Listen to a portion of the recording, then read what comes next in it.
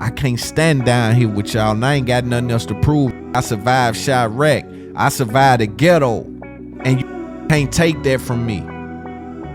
That's a trick that the inner city runs on the inner city. Is like, prove you a gangster. For what? And I really come from nothing. I really come from the ghetto. I really come from nothing. It's documented. Ain't nobody never had nothing in my family, and I done got rich. What else I got to prove? What the else I got to prove? You want me to defend the fact that I come up slanging iron? For what? I come up putting belt to ass? For what? And I done made it out the ghetto. That's of the highest reward from God. I gotta honor what God done for me. I gotta honor the pathway that been lit for me. And I gotta act as Harriet Tubman. I gotta show the Underground Railroad to get out the burning city. Because sometimes when you bury everybody cross, you erode your opportunities. You put erosion on your opportunities. You could have saved your family, but you wouldn't leave your neighborhood. You could have saved the block, but you wouldn't leave the block. The goal is to beat the game, not standing relishing the fact that I'm still in the game. Which one of you dumb been preaching that? That ain't in my ministry. That ain't in my fucking ministry to be running around talking about what we done in the ghetto and defending the fact that we sold drugs and beat the block down. Sometimes the proof is in the pudding. Taste the pudding. Eat the cake, anime. You looking at proof, nigga. You talking about. The problem is we spend too much time holding on to what we were. Holding on to what we had. And I get it, because culture is in what you had. Sometimes you don't want to let go of what you had because it reminds you of who you are. But I think we need to spend less time on reminding ourselves who we were and what we are, and what we trying to be is what we need to focus on. And if you ain't talking no dough, then I ain't interested. Look, they say the sky's the limit, I'm going farther than that. She keep blowing on my phone, so I called her mama, come get your daughter back. They just want a little bit of fame, get them boys whack. What, babe? Little one eye, bust your brain, better get a hard hat. They say the sky's the limit, I'm going farther. They can try to, but can't kill me. I'm immortal. I just bought a nigga life, ass and did a side, come with that order. You lazy, the reason you broke, you don't know how to hustle. Don't try me, they know I'ma stress something. Look, red rum, red dot. Hit the block when 12 come. Look, know I'm thuggin' to the fullest, asking for a bullet, cause he never felt one. Stick him to the wall, this a nail gun. Riding with my dogs, tryna nail something. Yeah. I said that on you when he got your partner. Welcome to What's Up There Podcast. I am your active and attractive host, Big Loon, for another episode of your favorite podcaster's favorite podcast. One thing I know for sure, I know they miss me solo. W's in the chat. W's in the shot. I know they miss me solo, and I'm back. And I ain't gonna lie to you, for the rest of the year, I'm every week on y'all, maybe twice or 3 times a week, because I really want to dedicate some time to stay in here and get with y'all. One thing I know about when I'm in here, I'm able to dance and battle, and because see, conversation is a sweet science. It's just like shooting a ball. It's just like riding a bike, right? And the more you do it, the better you are at it. I remember times, man, that I don't even remember times. Sometimes I can get in here and I can get to going, and it'll just be so potent.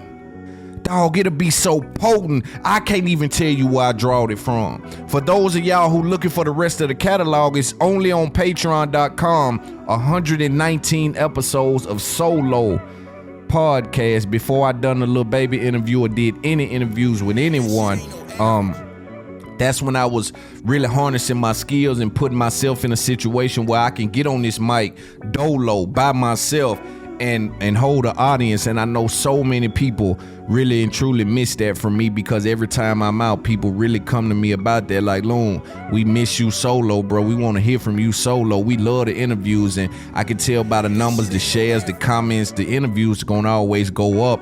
But there's a level of people, there's a category, a subsection of people who want to see me by myself and hear what my thoughts are on current topics and some of the game, some of the shit that's out there that we can put a little game next to, right?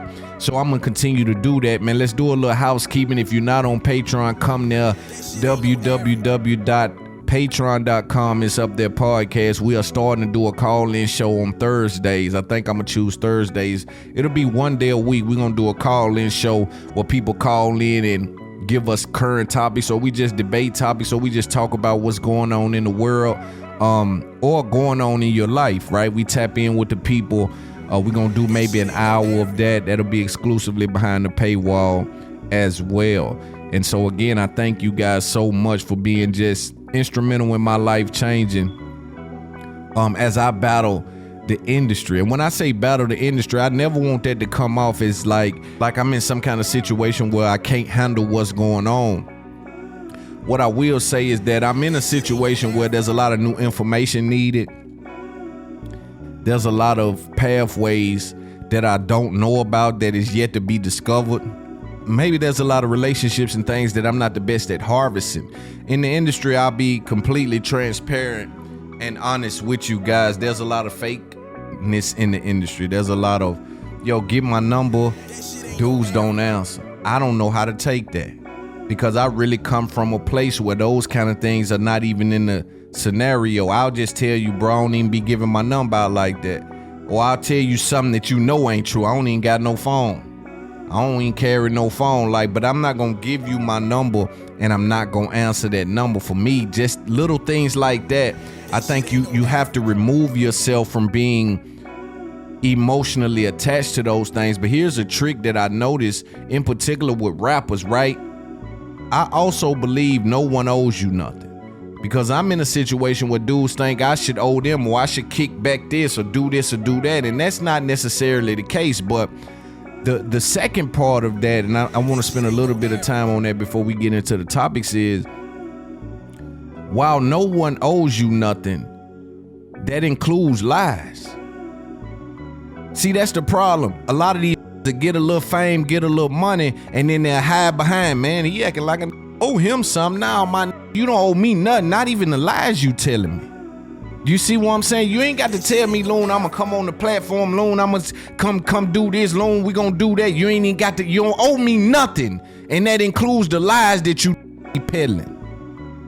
So I'm not familiar with the mask that I haven't incorporated the feng shui of the shit that have in their repertoire. See, I haven't been that kind of my entire life. I'd rather stay away from you. I'd rather tell you. I'd rather pat you down, wave you off. But what I ain't gonna do is promise a something or say something to it that I don't plan on standing by. That's why you don't hear me argue with. You don't hear me go back and forth with. I want to see me and see my energy. I want to push up on the dollar sign and see what he really talking about. But one thing I won't do is make no false promises. So I ain't gonna tell you when I see you I'ma smack you, and I see you and I don't, and you don't get smacked. I ain't gonna tell you I'ma pray for you, and I ain't never thinking about praying for you. I ain't gonna tell you I'ma help you, I'ma uplift you, I'ma look out for you. You my and I don't mean that. I stand by what I say, homie. And in this culture, in this game in particular, what understand that a head nod can get you further. A like, a share, a comment can get you further. Withhold it. But you gotta learn how to just say, oh man, it's part of the game. They damn near turn you into a sucker. Because if you in this game and you taking these things to heart, they'll X you out this game. And this is for the people behind me. If you notice, I ain't never got into arguing with no about what he ain't done for me. I ain't never slick shot through no diss and no about what they ain't done. But I take mental notes. I'm like, ooh, that what kind of games they playing? And if he lying about that, what else do he lying about? What else do he be lying about? Something that simple, lied about something that simple. What else do he be lying about? One thing I know, homie, so I just want people to know. Say, two things can be true. Don't nobody owe you nothing, but not even the lies that they run around peddling when they in their faces. See, when I'm in people's face, I don't do no whole bunch of trying to fit in and have this low self-esteem, because I always remember that authenticity is the highest form of vibration. I'ma stay authentically myself, regardless of who like it, regardless of who don't believe it, regardless of who don't get down with it. I'm already doing what I'm doing. I'm already having what I'm having. So it ain't no way nobody gonna interrupt or interfere or intercept that. Ain't no way. But you don't owe nothing, homie, not even the lies you telling them. So keep them lies between you and your broad. You and your family. You can lie to your kids, lie to all them. Don't be running around the industry lying. For me, that's a violation to the highest extent. Because if you lying about something so simple, what are you lying about? What are you lying about, loved one? So clean your face, and if you wash your hands, you can eat with kings. It ain't no offense you can't come back from, just make it right. It's a lot of in the ghetto depending on a lot of these that's running around lying when they pull up in the ghetto. This is who this really for. This is what I'm really talking about. A lot of you pull up in the ghetto and cause you around the killers. Now I'm gonna do that. I'm gonna put you on the show. Matter of fact, I'm gonna drop you the pin later on. I'm gonna let you come through and see what's going on and meet this and do this. I know you got your clothing line. I'm finna be with such and such. Now go on, come through. I'm gonna let you. Boy, you don't got no plans on doing that. Why you throwing hot air in this game? Somebody gotta help me understand what benefit is that. Is that just for your comfortability in the moment? I'm comfortable where what ain't comfortable. When everybody uncomfortable, I'm comfortable. Cause I know one thing. I ain't running around peddling lies to. I ain't making false promises. And sometimes people are not with you cause you don't do the false promise thing. They've been around so many suckers and so many that's in the game and having some kind of fame and money that they expecting you to come around and promise some shit too. Like I remember hearing old stories, and I don't know if this is true or not, about how Jay Prince and them would take things personal because these rappers get down in Texas where strong at and make some false promises to the old man. Now I'm gonna get on that song and then leave and try not to answer the phone, and them be pushing back up like, bro, why you even do that? Like, what is that about? Like, what kind of sucker is that? That ain't no lollipop. What kind of sucker is that? You understand what I'm saying? But you can't appear wounded. You know, one of the 50th laws or the 48 laws of power is to appear to need nothing. So you can't appear wounded. That's why you gotta be in a position of power and talking about this shit. They gotta know that if they never call, nothing never changes. If they never answer the call, nothing never changes. If they never text back, nothing never changes. If they don't incorporate the infrastructure needed for you to move forward, nothing never changes. One thing you got is your hustle. Can't no take that from you, loved one. Can't nobody take, if you a hustler, can't nobody take that from you, cuz. That go from the people that hate you, the people that love you. If they capture your confidence, that's the only way your hustle go with your confidence. If they can get you to stop believing in yourself. One thing I want to do is breathe life in the nigga. On the opposite side of the line to some of the people on the come up. And then they try to frame it and they put a fence around it as it pertains to the behavior and try to act like that you're needy or you're asking for shit. And a lot of times they volunteer lies. And I'm still trying to figure out what that's about. But on the other side of that, if you are who you say you are and you're in a position, brother, you got to keep going. That's the only way you can keep growing.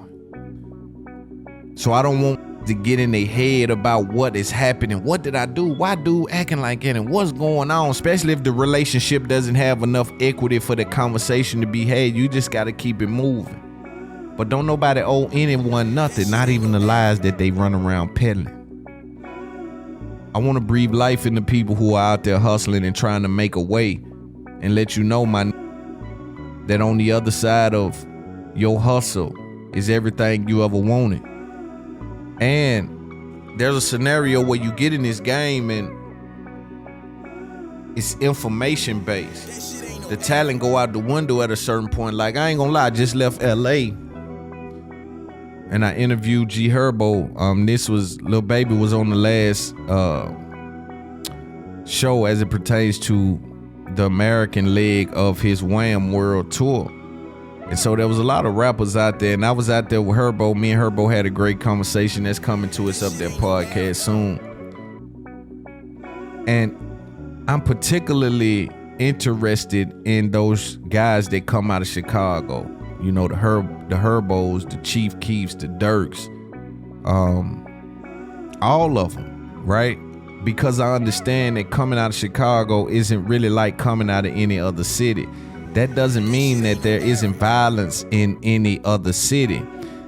But Chicago has a certain stench on it that I want to talk about today.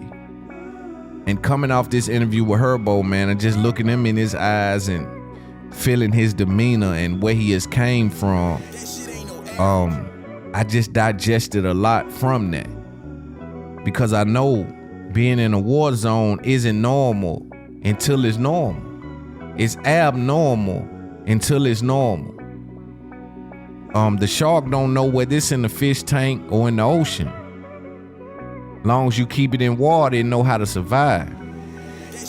And so sometimes when you in these scenarios where you come from these states that's just riddled with violence, I'm so intrigued on how you shake that. Because I got things from the ghetto and residue from hustling and residue from being told on and residue from being betrayed that I still can't shake. I'm dealing with women now in my current life that I have to tell them on the front end, baby, you gotta be patient with me. You gotta be patient with me, love. Cause I done been through some things that a normal man would have broke him down. It would have broke him in pieces. It would have shattered him. And when you shatter something, it's way worse than just breaking it, because you can fix a break. You can fix a crack. You can fix a hole. But when you shatter it, it breaks it in pieces. It destroys it. And so my confidence in certain aspects of human behavior has been, for lack of a better term, shattered. And I try not to wear it on my sleeve, but when you get into my personal life and we are intimate and we're around each other, I say, baby, be patient with me. They done a number on me. But I left there with my hustle, and I left there with my mind intact. I might then leave there with love, with an understanding of love. I might then leave the ghetto with an understanding of a friendship. I might not left the ghetto with an understanding of nothing else, but I left with my hustle, my mind intact, and everything that the ghetto have taught me. I got the tools you can use.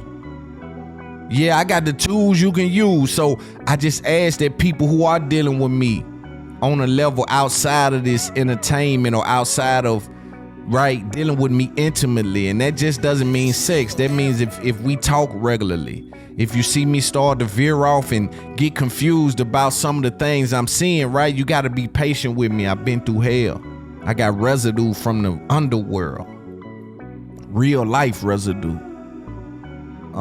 That's the reason why a lot of people see me by myself and they wonder, man, dude be by himself. I can't even help it. I can't even help it, dog. I'm in a situation where I can't even help the fact that they've shattered my trust of people. But again, thank you guys, man. I think we got so much we can talk about. You know what I'm saying? I'm only gonna do 2 or 3 topics because again, I want to get back in the groove of things. So you guys can just kind of be in the flow with me. Of course, Diddy just beat the verdict. I don't know how people are feeling about that. If you haven't seen the Dr. Umar Johnson interview we just dropped, make sure you go see that. I see all the dialogue try to drop his right after ours because he probably seen it getting so much traction. Right? I get to looking at things like that. I really don't understand what's going on. But you know, it's competition. It is what it is. So we'll just keep it moving. But Diddy has beat the RICO charges. For people who are unaware, Diddy was arrested and just went to trial. He had a number of charges: sex trafficking, to engage in prostitution. He had a RICO charge, and a couple of other charges. The charges that carried the most sufficient time were the RICO, and that charge was found not guilty by a jury of his peers. I always kind of felt like the end goal was to seize the assets, take the houses, because if they can say and prove that you were having these quote unquote freak offs in those cribs and prostitutes in those cribs and you were running a RICO enterprise and using these cribs to kind of do some of that, they can take those things and seize those assets. And I always knew that. I brought that up with Dr. Umar well before anyone in the general public started to have that conversation, because number one, I've been in a situation where I've had things seized from me by being involved in, a low-level drug deal in which I was told on, and then, I had to sign over some money and a couple of cars and things like that, and so they seized the assets as part of the guilty verdict. And I kind of understood that RICO hanging over him was a very, very heavy charge, and it had some gravity attached to it that basically would have made his fortune and his life earnings disappear and go into the hands of the federal government. And so I watched that with a close eye. If you notice, I haven't covered the Diddy stuff a lot because I never want to get in the way of victims, and I never want to seem like I'm victim shaming or I don't believe victims, because we're in a climate right now where they can misrepresent some of the things that you say, and I want to play clean ball. You know what I'm saying? I don't want to get down there in the mud and in the Bush League and play those kind of games. And so my heart still goes out to the victims and people who have been involved with being a victim of domestic violence or otherwise, right? We come from a place where if don't nobody know, I know firsthand that relationships are hard. Love is much more harder than people can imagine. I think the reward that comes from love, because humans need love, humans need companionship, and so the reward can outweigh the risk up until you get to a certain level. And I think sometimes you'll have black men that can feel like we're under attack, and so you start to weigh the risk and reward factor, and you say, damn, yeah, like we may fall in love and have a great time, but in the event you fall out of love with me, in the event that things go left, that can cost me everything. And so sometimes we become apprehensive or have some arrested development as it pertains to love, and not really want to engage in a high level relationship where someone pours into you, because also women get bitter when they pour into men and it don't work. Like I've saw women spend 10 years of their life with a man and they hate him more than they could have ever loved him when they was together. And it ain't because anything changed about him, it's because it didn't work out in her favor or his favor. And so the residue and the damage that relationships can do can always keep you apprehensive. And I pray healing over people who have been in bad relationships, who have been betrayed by people who they once loved, right? I know guys that have babies with individuals that want to see them fail. I could never want to see the mother of my children fail, because that in turn hurts my kids.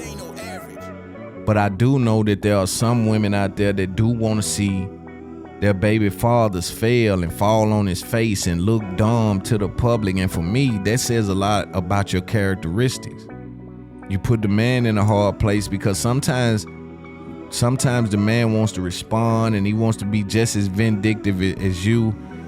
And then you look at your kid and you say, I can't even do it. Because in 15 years, how does that look to my son? How does that look to my daughter? What does that mean to the relationship between my son and his mother, my daughter and his mother, right? I don't know how to really put it, but there's a weird fascination that I see on the side of some women that want to ruin the relationship between the father and the son. Bro, listen, my heart is it hardens my heart. It makes my heart black when I see a woman go out of their way to try to ruin the relationship between a man, and it really, really does something to my spirit. And I wonder, and I want to ask God, why doesn't he step in? Those are the times, like I rarely ask God anything. I rarely question God. I rarely put God back against the ropes, for lack of a better term, and ask him, God, where are you when these things are taking place? When a man has put everything he has on the line for the family, and she want to ruin the family. If once this same woman helped you create life, now she's trying to destroy your life. God, where are you in these scenarios? Why haven't you ripped the tongue of some of these women or some of these men that are going out of their way to slander? Instead of being a co-parent and trying to coexist, they want to destroy. They want to deploy hatred on a man that has to look at their seed and just try to keep smiling and act like that they're not bothered by those scenarios. I pray for the men out there that's going through that. I pray for the women out there that's going through that. One thing I know, as it pertains to me, I try to keep myself out of harm's way. I don't want to ever alter the relationship between my kid and their parent. See, back in the 80s, and even maybe the early 90s, and even now, right, there is a place where some people are not in their kids' life, and there's a place where some people deserve to be held accountable for what they're not doing as it pertains to their child. But to try to destroy someone that you once loved, for me, is mind-boggling, and I can never really truly understand it. But that's a horse of a different color. That's a book of a different cover. So we'll get to that at some other point. But I do want to get back to Diddy a little bit. Diddy is, like I was saying, Diddy beat the RICO charge. I want to look at a little bit of his interview with Gene Deal as he talks about Diddy beating the RICO. Gene Deal, if you ask me, was instrumental in how this entire RICO started. And I want to be clear, there's a lot of media in real time, you see them flip. They were a part of the beginning of this, and at the end of this now, they're like, yeah, man, he ought to be out, man. Yeah, nah, they were trying to hang a black man. And I'm sitting back saying, yo, all of you was helping the investigation. Y'all were propping up people who was speaking about this man's personal life, his sexual fantasies, things he would do inside and outside of the bedroom. And all of a sudden now y'all support Diddy? This is what I was speaking about, how fake the industry is. And you can't even say nothing. You can't even act like you see it. You just got to keep it moving like, yo, these folk here crazy for real. But I want to look at a little bit of this Gene Deal conversation. I have not seen it. So we're just going to see a little bit of what he said as it pertains to this interview. And you got people out of here celebrating, man. Yo, check it out. They are celebrating, but he's still going to jail. You understand? They celebrate, I was thinking about some stuff. I said, they celebrating for a psychotic narcissist, a sociopath sex offender, abusing and degrading women, beating on them, brother, and having them appease him and his homosexual tendencies. Now, one thing I want to point out really quick is, we are the head, not the tail. You understand me? We the people that kind of peep the game. Now, pay attention to this dude. He's reading something. Now, I don't know if someone has written him a monologue to say when he get on his platform, if he's been instructed on how to frame these things or give context setting to what he's about to say. But if you're speaking from the heart and you were this involved in it, because this guy was involved in it, and I got Gene Deal number. I was going to put Gene Deal on the platform. Then I told myself, And no disrespect to Gene Deal. I was gonna put him on the platform, and I told myself, yo, what I look like bringing that dude on the platform to speak about Diddy being some kind of sexual deviant.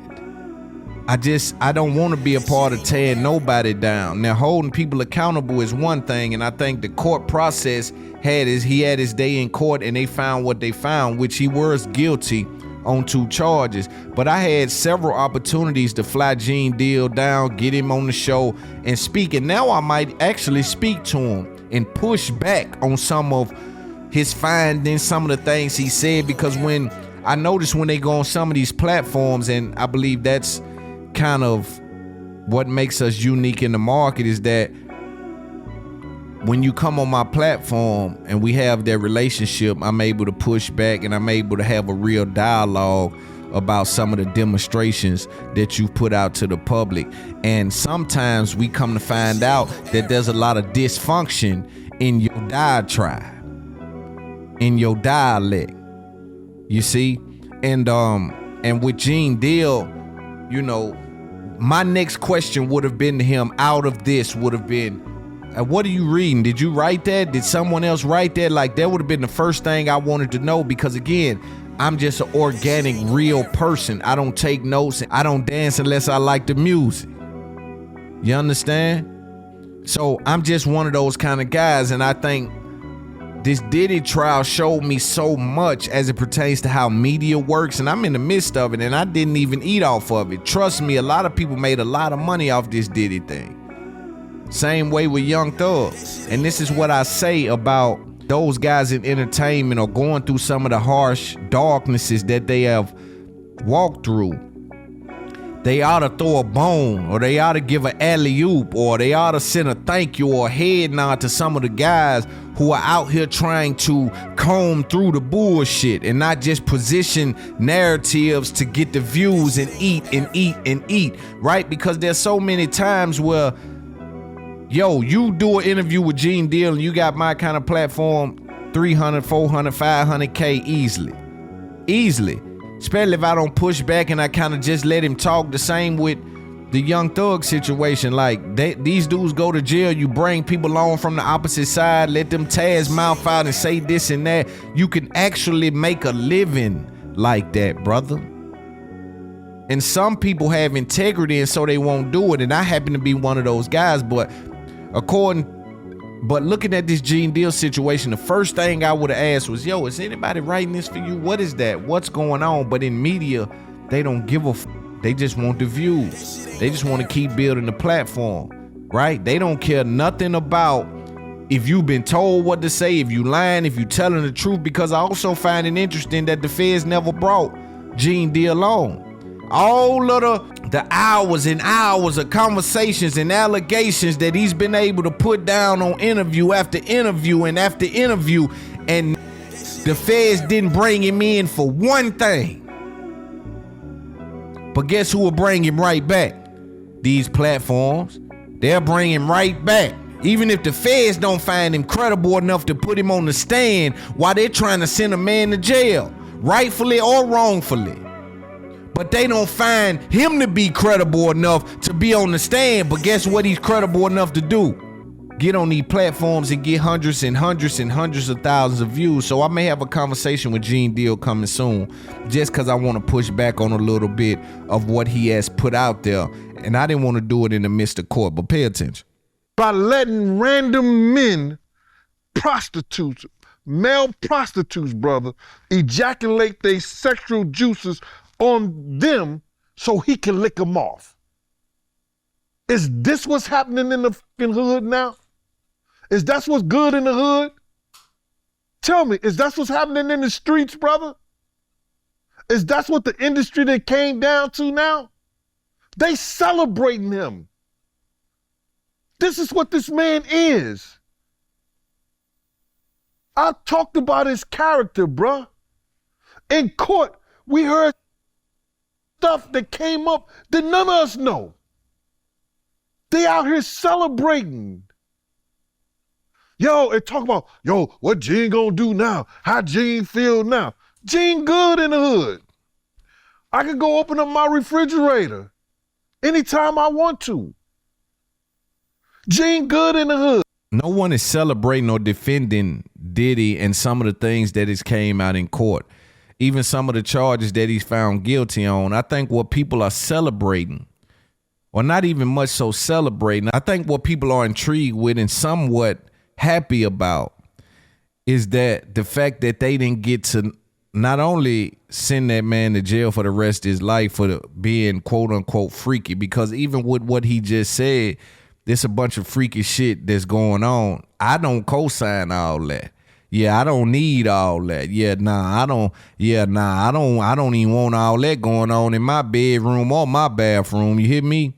I don't need no whole bunch of baby oil sitting in hot water in my bathroom. So we ain't celebrating, and people are not intrigued so much with that side of it, but they blur the lines. And there's also a conversation out there where people are saying that they're shaming victims by celebrating a quote unquote win. Number one, Diddy still has to go through sentencing, and I think that process is going to be a lot harder than what people are considering, because the feds don't like to have egg on their face and they don't like to lose. But I do want to say this. What people are intrigued with or paying attention to with this Diddy thing is it's kind of twofold.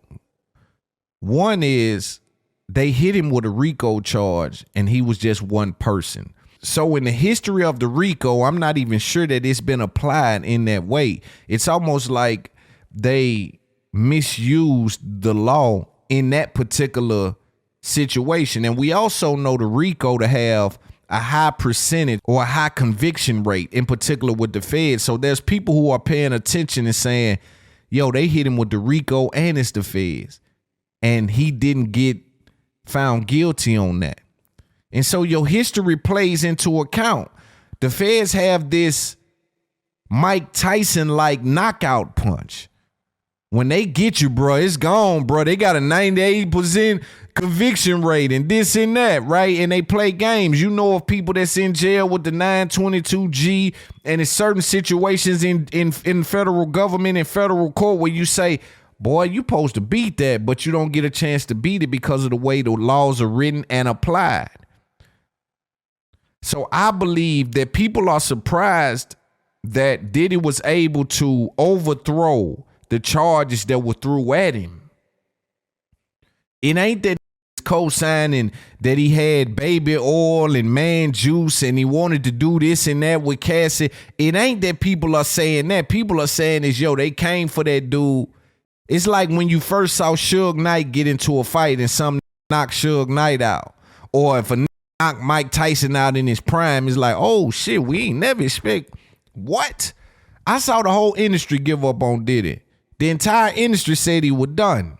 Now, this doesn't exonerate Diddy of being an asshole, a domestic violence perpetrator, a motherfucker that don't do right by his business. I can't say he do or he don't, but I can say that a not guilty in court doesn't exonerate some of the experiences that people have had with Diddy. If you ask me, that's not what they're positioning this as.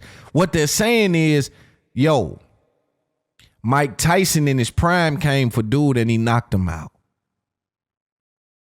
And so I think the people on the other side of the conviction, the ones that were hoping for maybe a guilty verdict on all charges, I think it can come off and it has a bad taste. It leaves a bad taste in their mouth when people are saying, wow, that dude beat the feds.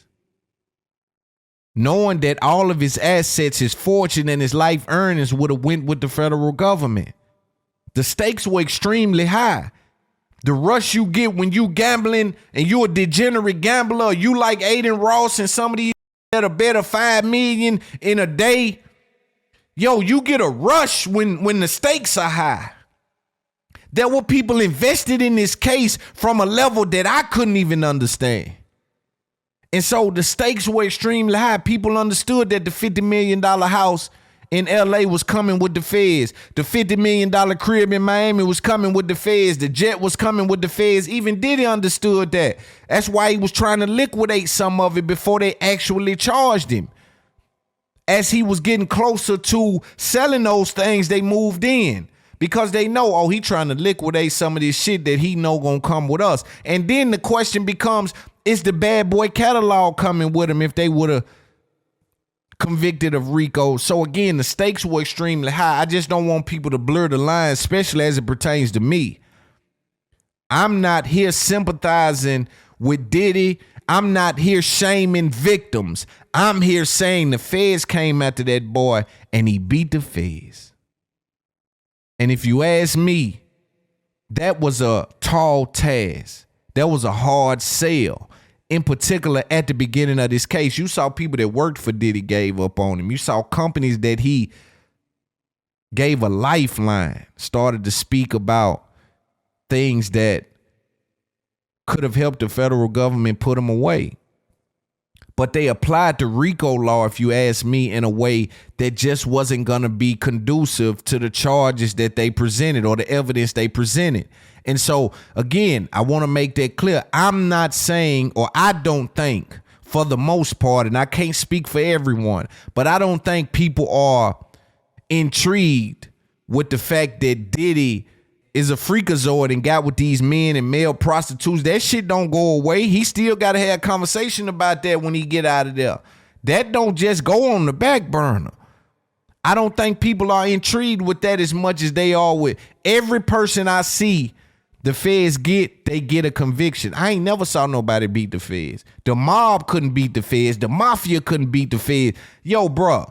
Beating the feds is a tall task. Let's not act like it's almost like beating Michael Jordan in his prime when they won 72 games and 73 games. Like, come on, when he went back to back, had Clyde Drexler and the Houston Rockets beat him then, it would have been a conversation for ages. This man just beat them on the RICO charge, and the RICO, you got to also understand the law. The RICO is not a law that you necessarily have to have a lot of evidence as it pertains to the feds to convict on. You have to have predicate acts. And if you ask the federal government, it seems like they believe they presented their case in a way where, yo, we presented 4 or 5 predicate acts and all you need is 2 to convict on the RICO. So them losing that case, in particular with the RICO, I think is what was intriguing, not the fact that people are saying, oh man, we co-signing the fact that he like men. Man, I don't think that's the situation. At least from this side, it ain't the situation. Let me be clear and let me be loud about that. Pay attention. So, which room is Mr. Combs? It's the 4th bedroom, the master suite, down the hall on the 2nd floor. And you took the food there. How many times you say you take the food there to him a week? Well, if he's in the room all day, you understand? 2-3 times a day, or whenever he call, he want me to make him a cheeseburger with applesauce. Whatever the case. So that's Mr. Combs' room. They could establish that those guns came from Mr. Combs' room, and under the federal law, because they was defaced, he was a mandatory 10 years. They didn't even charge him with the guns. They had the guns in the description, but they did not charge him with illegal possession. Here's something else that, I was just speaking about this, man, and sometimes I have a hard time understanding it, and that is, for Cassie, for the Jane Does, for the people that were involved, I understand them being hurt, them being affected by the verdict not going their way. People that have been intimately involved and hurt by Diddy, I completely understand them having some vindictive attitudes towards whatever has taken place. But when we look at some of these guys who are on the outside of it, this is where I have a hard time, like a Gene Deal. You haven't been around Diddy for quite some time. I'm trying to understand, and again, I may bring him on the platform to have some of these conversations. Why you so passionate and wanting this man to be in jail and held accountable? And I think the opposite of what he is criticizing as it pertains to, yo, y'all gonna celebrate the guy? I think he's doing the opposite of that. Now, the behavior isn't celebratorial the same way that they are, quote unquote, happy in his eyes. It feels like he lands on the other side of that and he's upset that the verdict didn't go his way.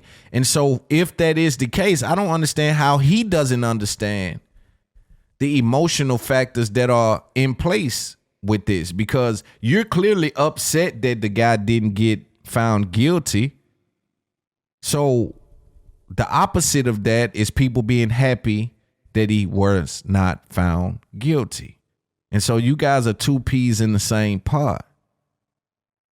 And I don't think that either one of them are justified, because again, I'm not saying be happy or mad that Diddy is in that situation or he got found guilty or not guilty. What I'm saying is I believe a lot of the coaches just intrigued with the fact that the feds came and they were unsuccessful with the RICO.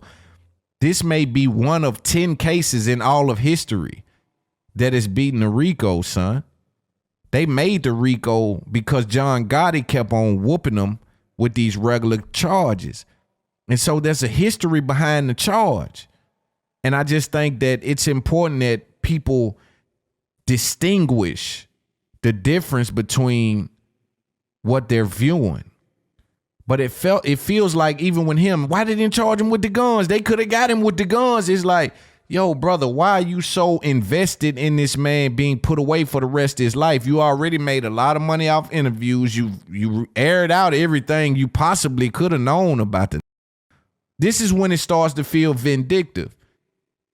You ain't seen the man in 10, 11, 15 years. This is what scares me about being in this situation that I'm in. It's like, yo, some of these people ain't saw you in a decade and they still come out and being like, yo, man, that Loon, man, he left us on Cleveland. Man, that left us right there by the sicko.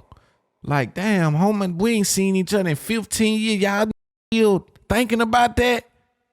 Y'all really got some hatred in y'all heart towards a. You done made all this money from these interviews and you still pushing the line of they could have got him like this. They should have got him like that. And again, my heart goes out to Cassie, right?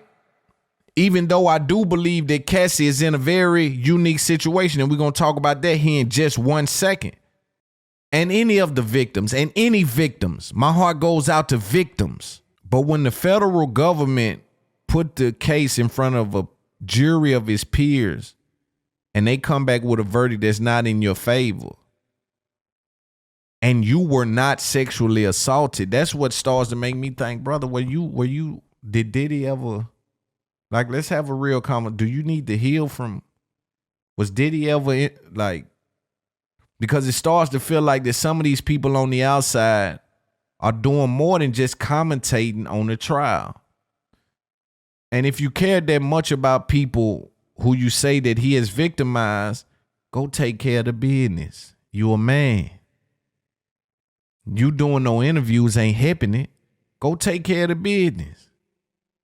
And I ain't calling for violence in any kind of way, but I'm saying as a man, if you feel like somebody you love has been sexually assaulted in the federal government, like, I don't know how else to handle it.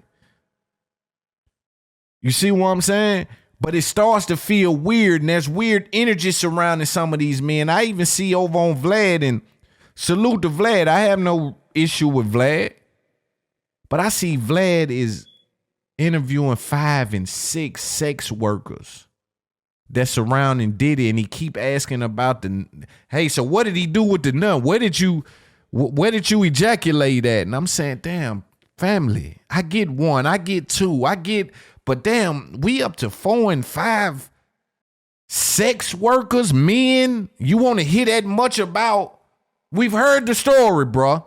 We done got 2, 3 people saying this what he doing. We know that what the boy on. That what he doing. He on some weird shit in there. But I'm not sure what the motivation is to keep bringing up more people and rehashing the same conversation. Yeah, no, he said that too. No, he said the same thing. Yeah, I'm going to say the same thing. So what now what?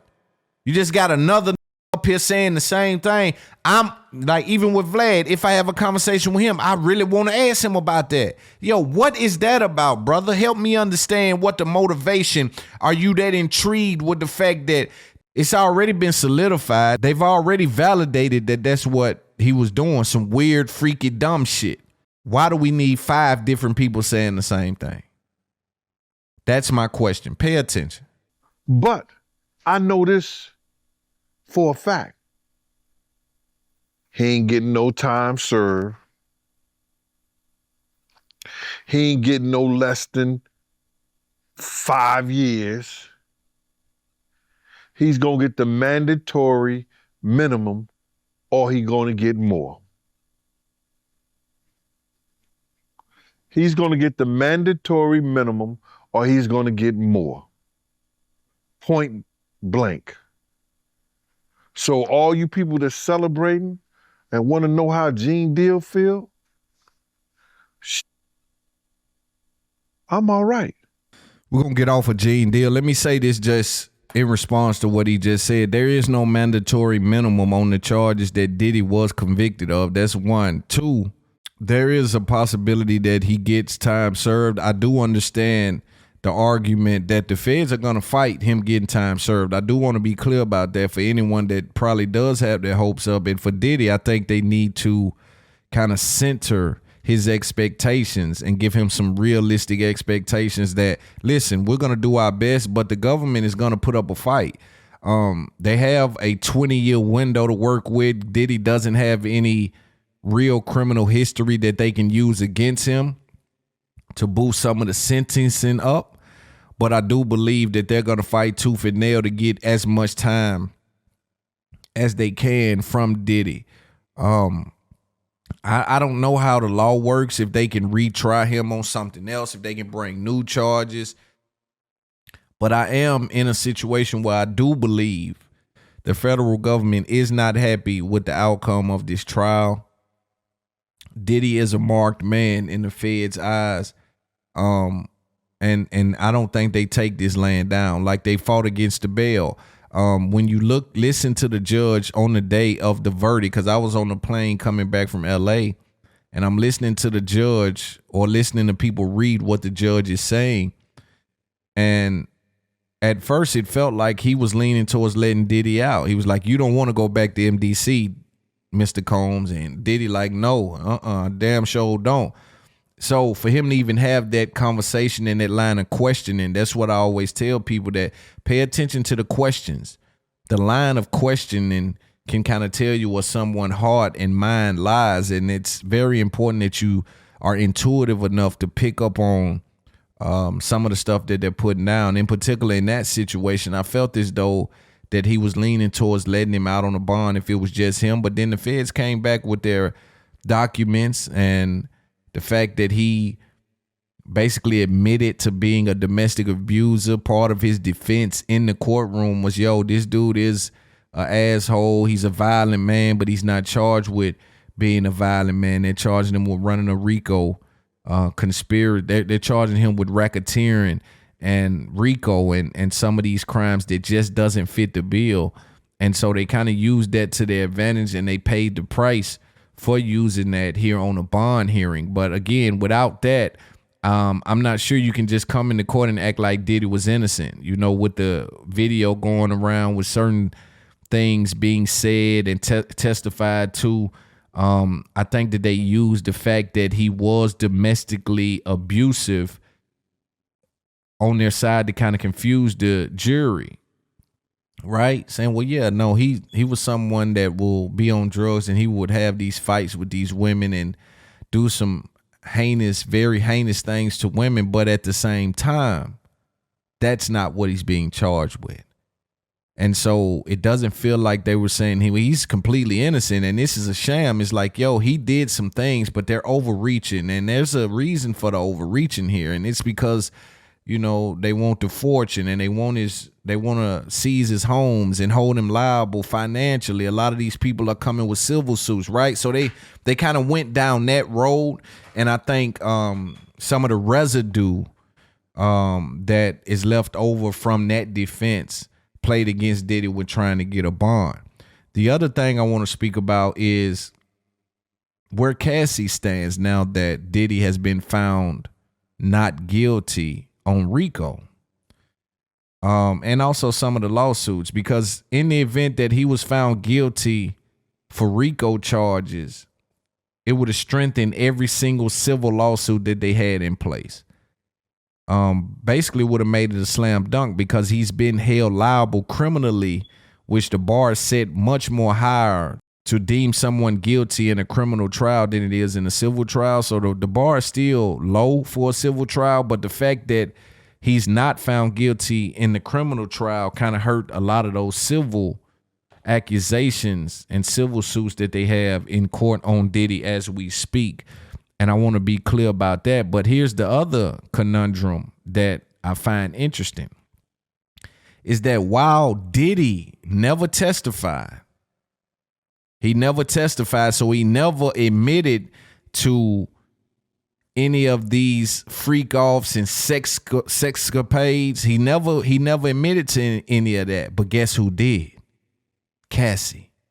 So while Cassie was on the stand admitting to, I paid the guy and we did this and I did that and we did all of these different things that we were doing in the bedroom on these hotel nights or these freak offs, it opens her up for the civil suits.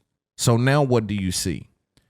You see some of the former sex workers come out to now sue Cassie, and it's going to be extremely hard for her to get around the testimony that she went on the stand and said about Diddy to try to nail him to the cross. Now may be the nails that nails her to the cross. Pay attention to this first sex worker that has came out and filed a lawsuit against Cassie, and I expect a domino effect. Pay attention.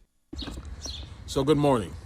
I am Dave, the man who has just sued Cassandra Ventura for damages involved in the Sean Combs sex trafficking trial. And I'm looking through social media and I see a lot of the women out there, particularly black women like myself, who choose to victim shame me and try to do everything they can to discredit me, because the truth is that the loss of the Sean Combs trial was a loss to the Me Too movement and to hating women like the women who are trying to insult me. So let me tell you something, you women out there who would like to insult me. This is my story. I was paid by Cassie, Cassandra Ventura, for 8 years to be her male provider. I didn't have to be the best looking guy. I was the best in bed. And because I was the best in bed, guess what? I was given this arrangement. I was coerced. I was drugged. I was manipulated with promises of money and gifts for over a period of 8 years to continue to be this woman's provider at her expense and at the expense of Diddy. Now, at the time, legally, I didn't know my rights as well as I do now. I didn't create this conflict with Cassandra Ventura. She created it with me. She's the one who decided to bring up things that happened over 10 to 15 years ago to hold Sean Combs accountable for what was a partial truth. She's the person who introduced me to the U.S. Attorney's Office. She's the person who told the U.S. Attorney's Office about our relationship. So in essence, those out there who want to hate on me, who want to say that I'm attacking Cassie, you should realize the truth, that Cassandra Ventura, your idol, did this to herself. She exposed herself to liability when she got on the stand and decided to mention me as the male escort who was with her when she overdosed and Diddy made her have sex with him. That was a lie, people.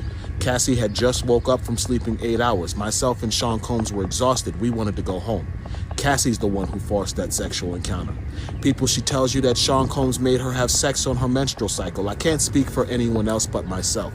But I know the one time that did happen, that Sean Combs was not responsible for that Cassie, in a drunken, intoxicated, hormonally imbalanced state due to her period, manipulated and forced herself on me during her menstrual cycle. And what I mean by that is I had no knowledge she was on her menstrual cycle because the room was completely dark. She manipulated the room. She manipulated the environment to get what she wanted, and then she totally got up like I was the one who should have been grateful. You're on your period. That's disgusting, and I deserved more respect than that. As a man, if I had laid down with a woman and forced myself on her and orgasmed in her and she got up and it was leaking out of her, guess what? I would have raped her. So by statute, by case law definition, Cassandra Ventura sexually assaulted me. I'm not looking to destroy Cassie. I've given Cassie more than a year to settle this before things got out of control. The problem is she's being supported by women like you who would choose to to attack male victims instead of accept the truth, which is that a woman could have lied to get revenge on the ex-boyfriend who broke her heart and hurt her. It happens, people. They say hell hath no fury like a woman scorned, and that's true. If you hurt some women, they will do everything in their power. If you hurt some men, they'll do everything in their power to hurt you. But I want to end this by saying this. Cassie did this to herself. They say he who sets out on the course of revenge should dig 2 graves. People, Cassie dug the grave that is Clayton Howard herself. Cassie got on the stand trying to destroy Diddy. She should have took her $20-30 million and walked into the sunset, people.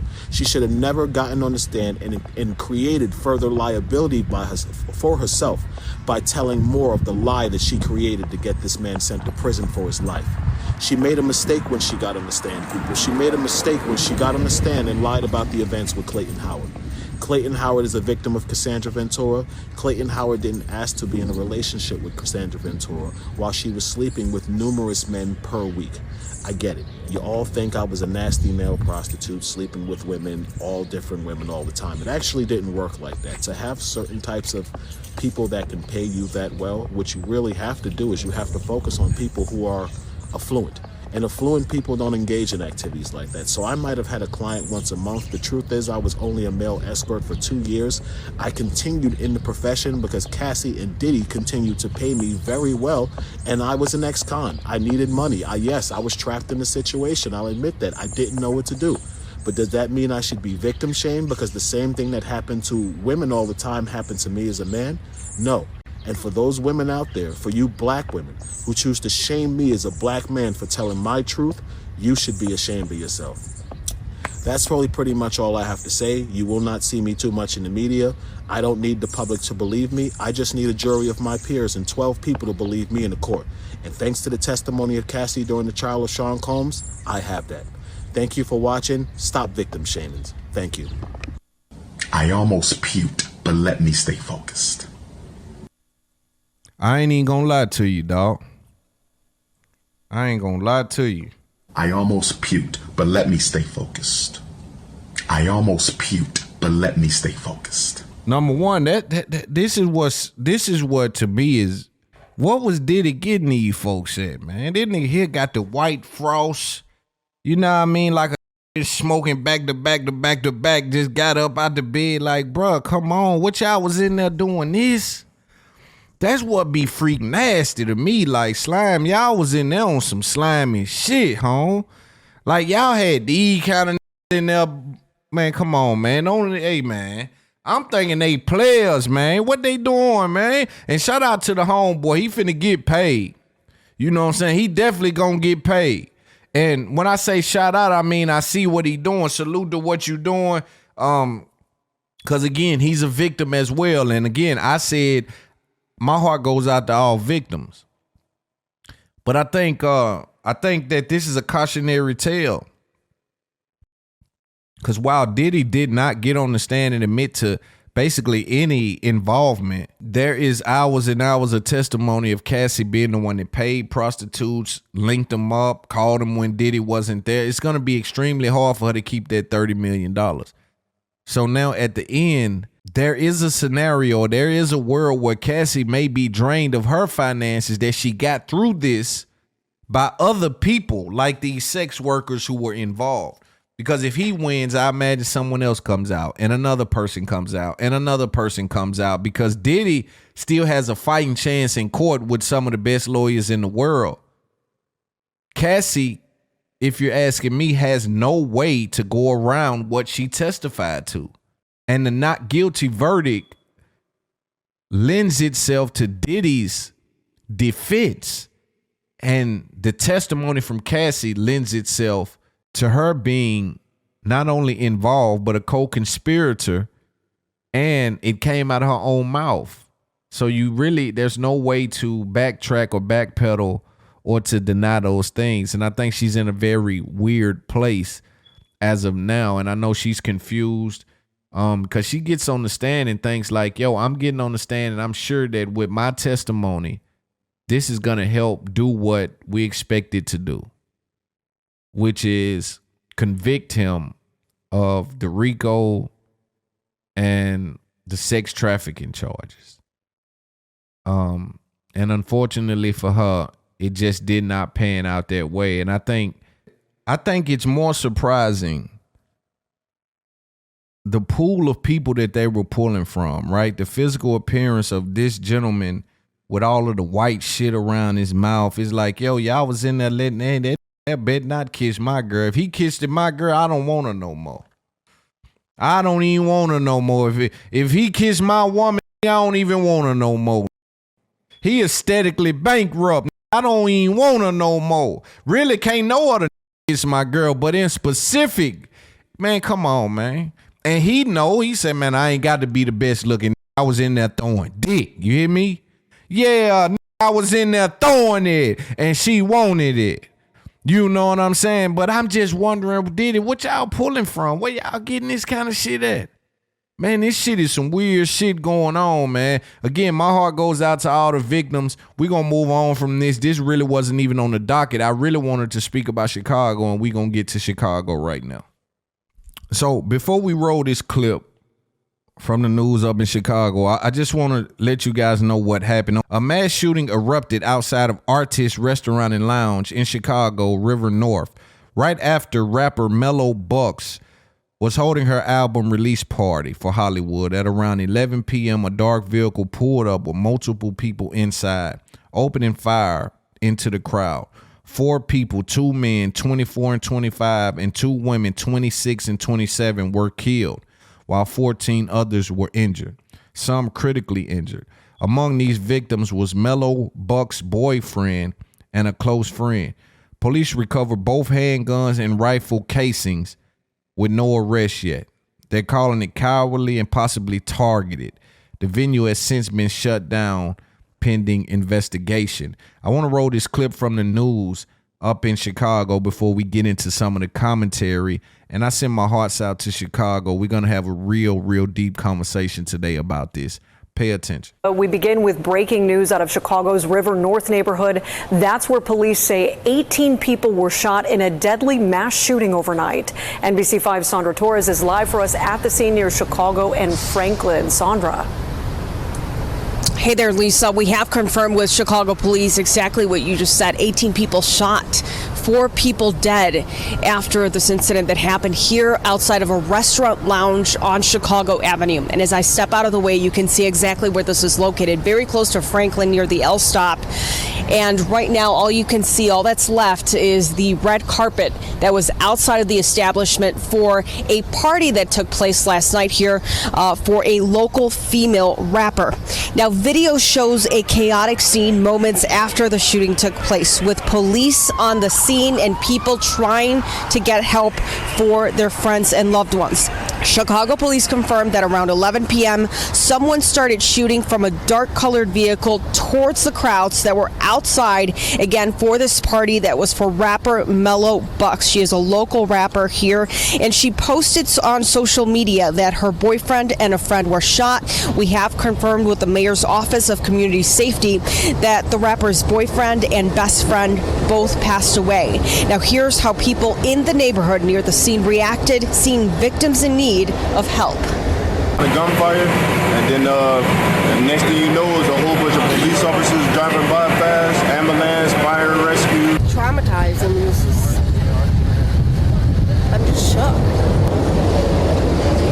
Now, overnight, families have been gathering at local hospitals, including Northwestern, where there's also a chaotic scene as family and friends try to get more information about their loved ones. We know that 13 women were shot, 5 men were shot, and as we said, 4 have died from their injuries. As you look out here live, once again, you can see where this is directly next to the L stop on Chicago Avenue. There are a number of surveillance cameras outside of this that may have captured exactly what happened around 11 o'clock last night. Of course, this is all part of the investigation. We know from Chicago police that at this time they are still looking for the shooters. Reporting live from the River North neighborhood, Sandra Torres, NBC5 News. Sandra, thank you so much for that update. So as you see on the screen, Mello Buck's boyfriend was actually killed as well. And she speaks out after her boyfriend was killed in that drive-by shooting, and this is what she said. She made a post with a picture of her and him, and we was having so much fun in our private little life. Couldn't leave each other alone, glued to my hip every day. It's not a night we ain't spend together. I'm so angry. You was woke. I held your hand until I couldn't. You talked to me clearly. I don't get it. Boo, I'm up. 600 Breezy, who was just coming off of being shot himself, speaks out and says, y'all shot all of them women. N-words and B-words, for real. Get out that car and get up on your target. Innocent women and kids. You get no points for that. You flats. He said, but you N-words ain't had no structure or big homies, so y'all born goofies with no guidance ain't gonna die the same goofy you been your entire life. And so you start to see the outpouring of people basically speaking to, man, why would y'all do that to these young people? Here's another video. Gang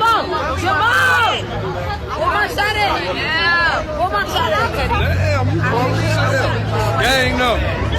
That's blood. That's blood. That's gang blood. You know a whole lot of gang shit.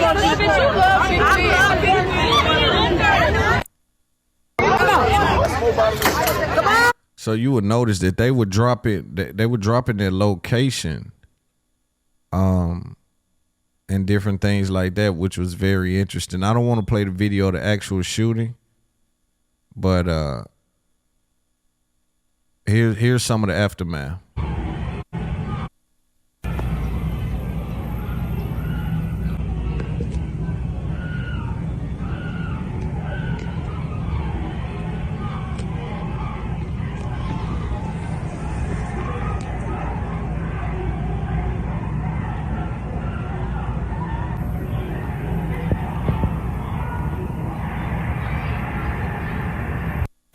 Very sad situation that I want to speak to.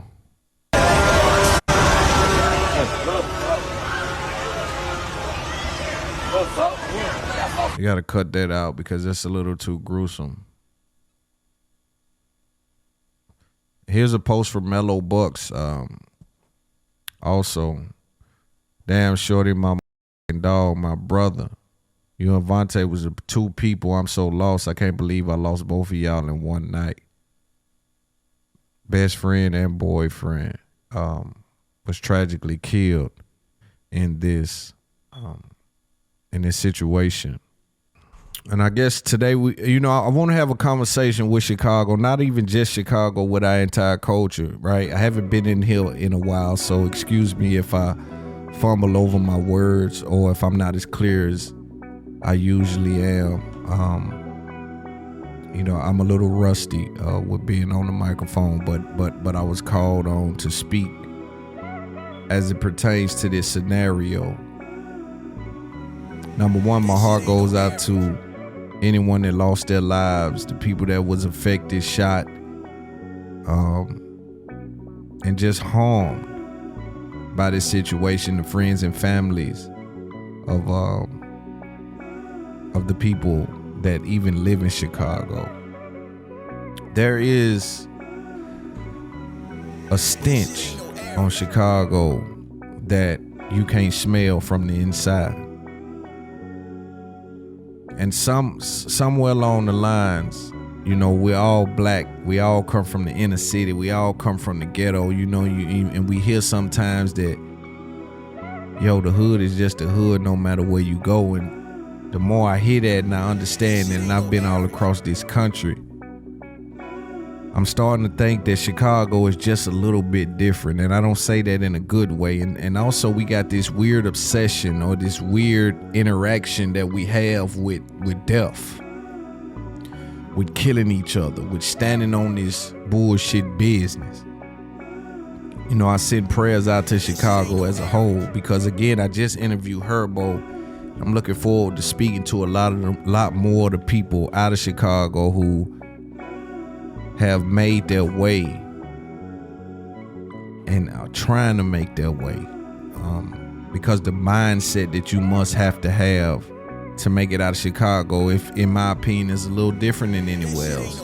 But you got to sharpen your sword. You got to sharpen your sword, man, to shatter the norm, right? A lot of people don't understand, and some of us don't understand, even black people. So I know middle America, even the police, the federal government, a lot of people don't understand what it's like to be raised in a war zone. And you got to pay attention to the words I'm using because I do this for a living.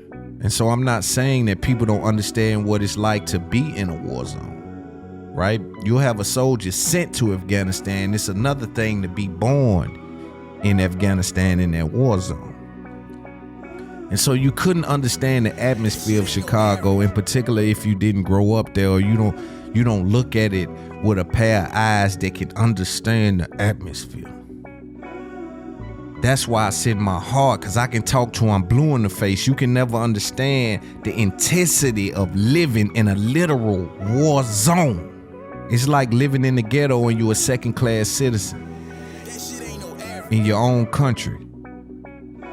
There's a dark energy and a dark power in Chicago, and that's why you'll hear me reference the Dirk situation or reference some of these scenarios where I'm saying, bro, salute to Chief Keef, he got out. Salute to Herbo, he got out. It's like an escape room. They put a jurors on you, you ain't even asked for. We going forward around here. That's all we got around here. We make it to 21. That's a blessing to make it to 21. Let alone make it as being a millionaire. Let alone is making it out the ghetto and now be in the hills, living in Calabasas, done moved to LA. It's a tall enough task just to make it to 21 in the war zone. 21 years in Afghanistan. They call it Chirac, and they pat each other on the back for catching hats. It's a very unfortunate circumstance, and it's a recipe for disaster. You expect to feel at war in a foreign territory. You know, I take an 18-hour flight as a soldier. And then we're in a war zone now. Fix your mind, fix your posture. We now in a war zone. But there's a different scenario when you're in a war zone and you celebrate in this same war zone. Album release party in the war zone. Kids graduating in the war zone. Got your first car in the war zone. Mama live in the war zone. Granny live in the war zone. Cousin live in the war zone. Barbecues in the war zone. Play football in the war zone. You can never understand the intensity of having an enemy threat at your home. And I get it. I understand what that's like. But this, if you ask me, this has took up a couple notches. It feels like, according to some of the reports, that someone either pulled up with a switch or something. That's another thing of why these switches are so dangerous. You can shoot 20 people in 5 seconds. Like when Rob 49 and French Montana and them, they had that situation down in Miami. Dude got a switch and just, and you just pull up and just plenty people hit. These real bullets coming out. They sound fast like on some Call of Duty shit, but these is real bullets coming out and real people being affected. And you can hit 18 innocent people. You can hit 14 innocent people in a matter of 2 seconds, 5 seconds, 10 seconds, 15 seconds. This scenario is just a recipe for disaster, and I send the prayer warriors, dog, over Chicago. What I don't like, and someone gonna have to do something to change it, and you know, I understand it's a tall task, but I don't like that they've turned culture into a killing. They have turned the culture in Chicago into killing. I can't respect that. Ain't nobody bucking the police, and I ain't say bucking the police. I'm not encouraging people to do anything to law enforcement, but it feels like that we want to play Call of Duty with each other and not with nothing else. It don't feel like that saying, man, they just passed the law that's gonna take my mama food stamps, man. I'm going to handle that. Man, they just passed the bill, man. Well, we don't got no good books in the schools, man. I'm going to handle that. It's just on some rap shit and on some beef shit towards each other. It's internal. And trust me, man, in the event that it becomes external, the feds do something to stop it. I hear about so many killings in Chicago that's just left unanswered. Just, oh yeah, 14 people were shot, but they've yet to arrest anyone. It's like if you know that level of killing and drama is going on, then they gotta probably up some of the standards as it pertains to how they investigating, when they're investigating, what they're investigating. Some of the technology needs to be used. Some money needs to be deployed into the ghetto to try to intervene. Some prevention for some of these things. And it feels like a town with no sheriff. Feels like a town with no big homies. And I don't know how to speak to young that they culture is killing. When we came up, our culture was getting money. We wanted some money. I don't know how to really talk to the young that culture is killing, homie. I could just give them a little bit of game that I got, but I don't know how to reach them. Coming up, culture was always philosophy, right? Language, food. You share certain aspects that indicates where you come from. When we talk about Chicago, it's like get back is part of the culture. This is why I said it was a very sensitive subject that people will with King Von and Lil Durk situation. Because it's sensitive to tell him to, hey, turn that off, Durk, don't worry about that. When it's in my culture, this get back thing is in my culture, and I'm one of the biggest ones. And again, I'm not saying Durk was involved in anything. I'm speaking about the mindset and the pressure and the gravity of coming from a place where they've indoctrinated you with the get back, with the press game. They would even say, yo, that when I say he ain't got no hat, shut up, you going to heaven. I seen one of these things going viral the other day when they said going to heaven like it was a diss. You ain't never done nothing, you going to heaven. I said, golly, they done really confused them young down there. They got him trapped in the closet. They got him trapped in the closet going against each other too. That's what really hurts your heart when it's like, it ain't about nothing. And I ain't saying that a death can't cause a war. And I ain't saying you gotta overlook death. I ain't saying that, but what I'm saying is, it be about some little shit. But the mistake of killing your culture is something that is irreparable. I don't know how you come back from that because you pass it down to the next generation. This is what I'm saying, like, you pass down the way we dance, the way we talk, the way we dress, the things we do, the food we eat, the holidays we celebrate, like the philosophy, the books we read, right? The music we enjoy. You pass all of that down as the culture, but what do you do when they've now put salt in the Kool-Aid? They done put salt in the Kool-Aid instead of sugar. So now you pass down something that ruins the culture moving forward. This is why I celebrate G Herbo, Chief Keef, Lil Durk, some of the people that's made it out and trying to make a way. Is because you gotta retrain your mind. It's like we in this, but we not of this. And we gonna take this to the next level. We gonna get out of this. We got to get out of this. Some of these guys are the head, not the tail. They the big fish. They the big fish. It's like being mama bear. It's like being papa bear, like the big gorilla. Oh, you with my children? Oh, you with one of mine? You know, he come beating his chest. Know what I mean? And it's like, how do you ignore that when it's been your culture your entire life, my nigga? I send my heart to them folks, man. I send my heart to them folks, Slime. And I know what it's like sometimes that you don't want to leave. When I was speaking to Herbo, he was talking about how, like, even with him, he had a scenario where you would look at things and be like, yo, nah, I can come back to the hood. Like, nah, I can pull up in the hood in my Bentley. Y'all ain't running me from over here. Like, it's pride in putting your life at risk instead of living your life. It's pride in putting your life at risk. Tell me any other species that intentionally put his life at risk.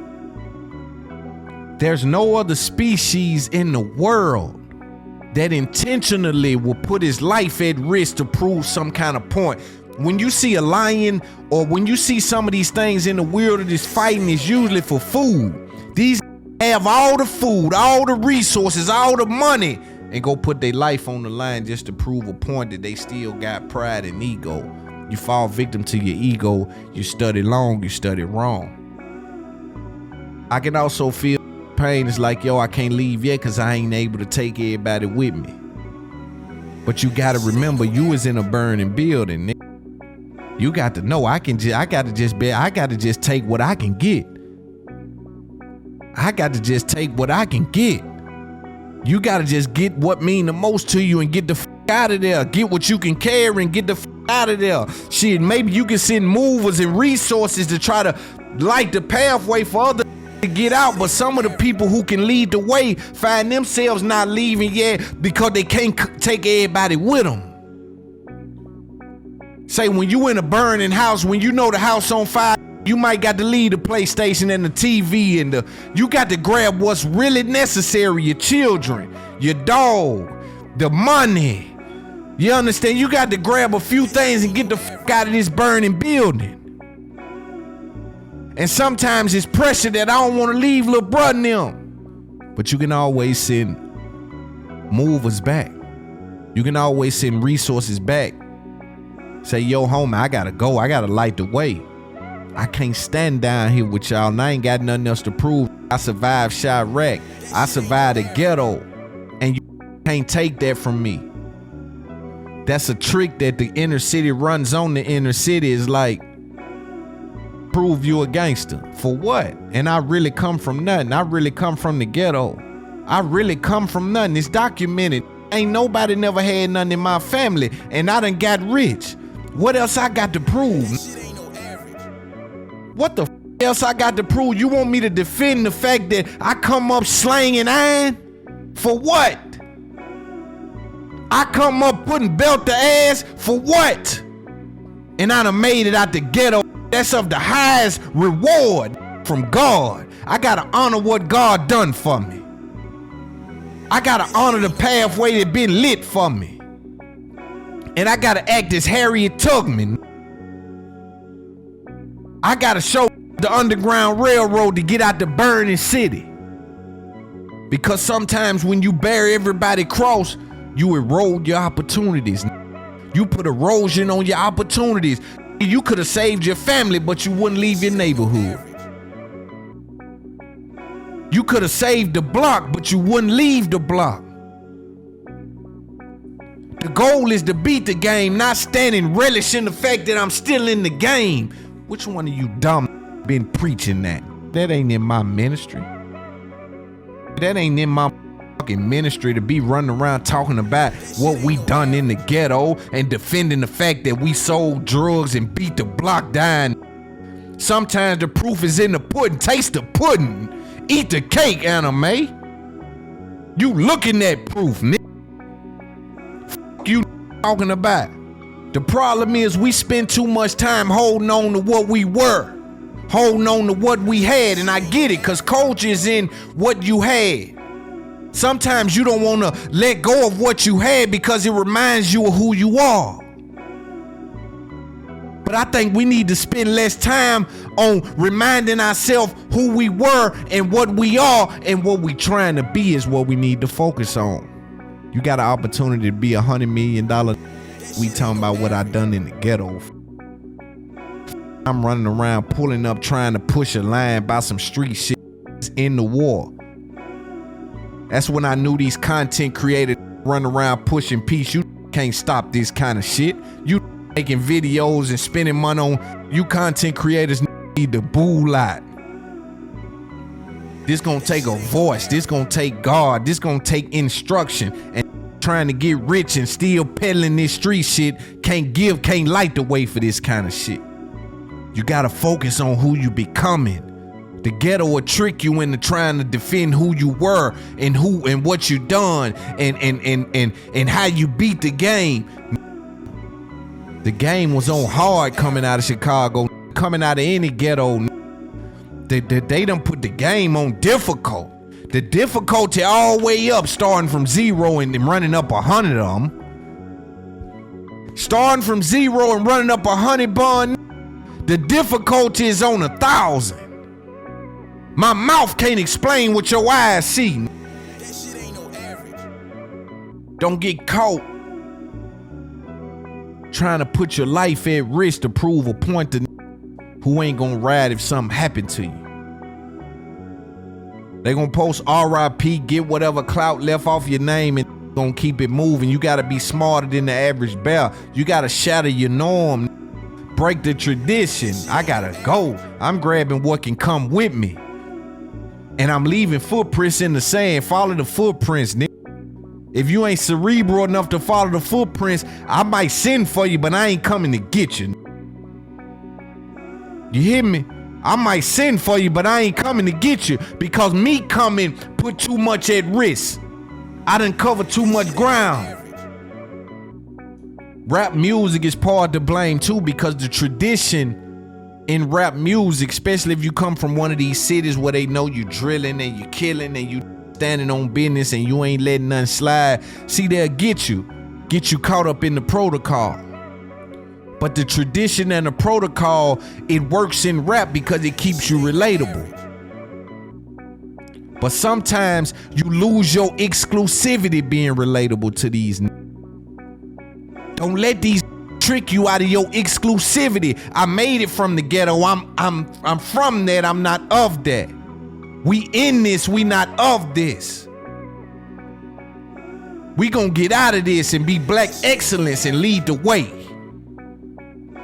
In the rawest form, you get stuck in that routine and rob yourself of your exclusivity, young. I stopped going to the hood and start going to the bank. I start going to the bookstore. I gotta be able to lead, not just follow. See, sometimes all these suckers can do is follow. All these know how to do is follow somebody else. But some of us are leaders. In order to lead, you gotta go get some information. I got to leave. I got to go get it. The thing about me is I went and got it by myself. That's why certain hate me. Ain't no cap on that. Ain't no rubber band around this money. You understand? I went and got it by myself. The information, I dedicated myself. I got what some real was in the game that lifted me up. But they wasn't gonna trick me into being stuck in routine. I saw everybody fail going that way. I watched them.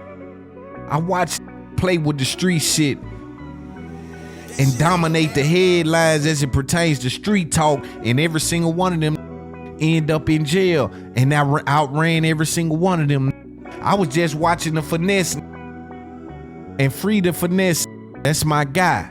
Jonathan, that's my boy. We done linked a couple of times, been around each other. He know I'm a real one. He can vouch for that.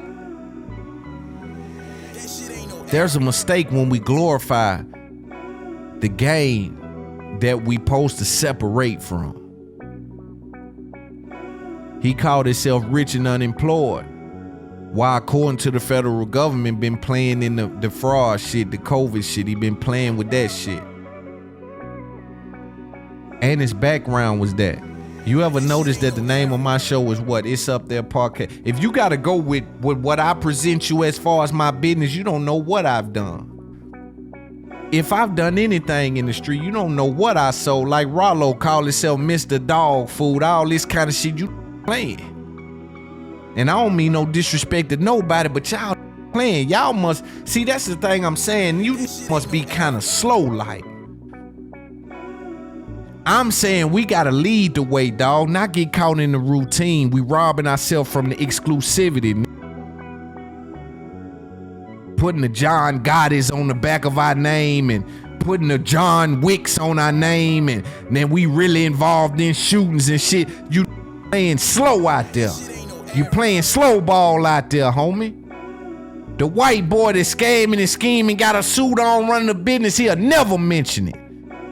You ain't gonna know he was involved till he's arrested. I beat the game. Why would I lead the people to the game I beat for they can put 2 and 2 together and make it 4? But sometimes all these can do is follow.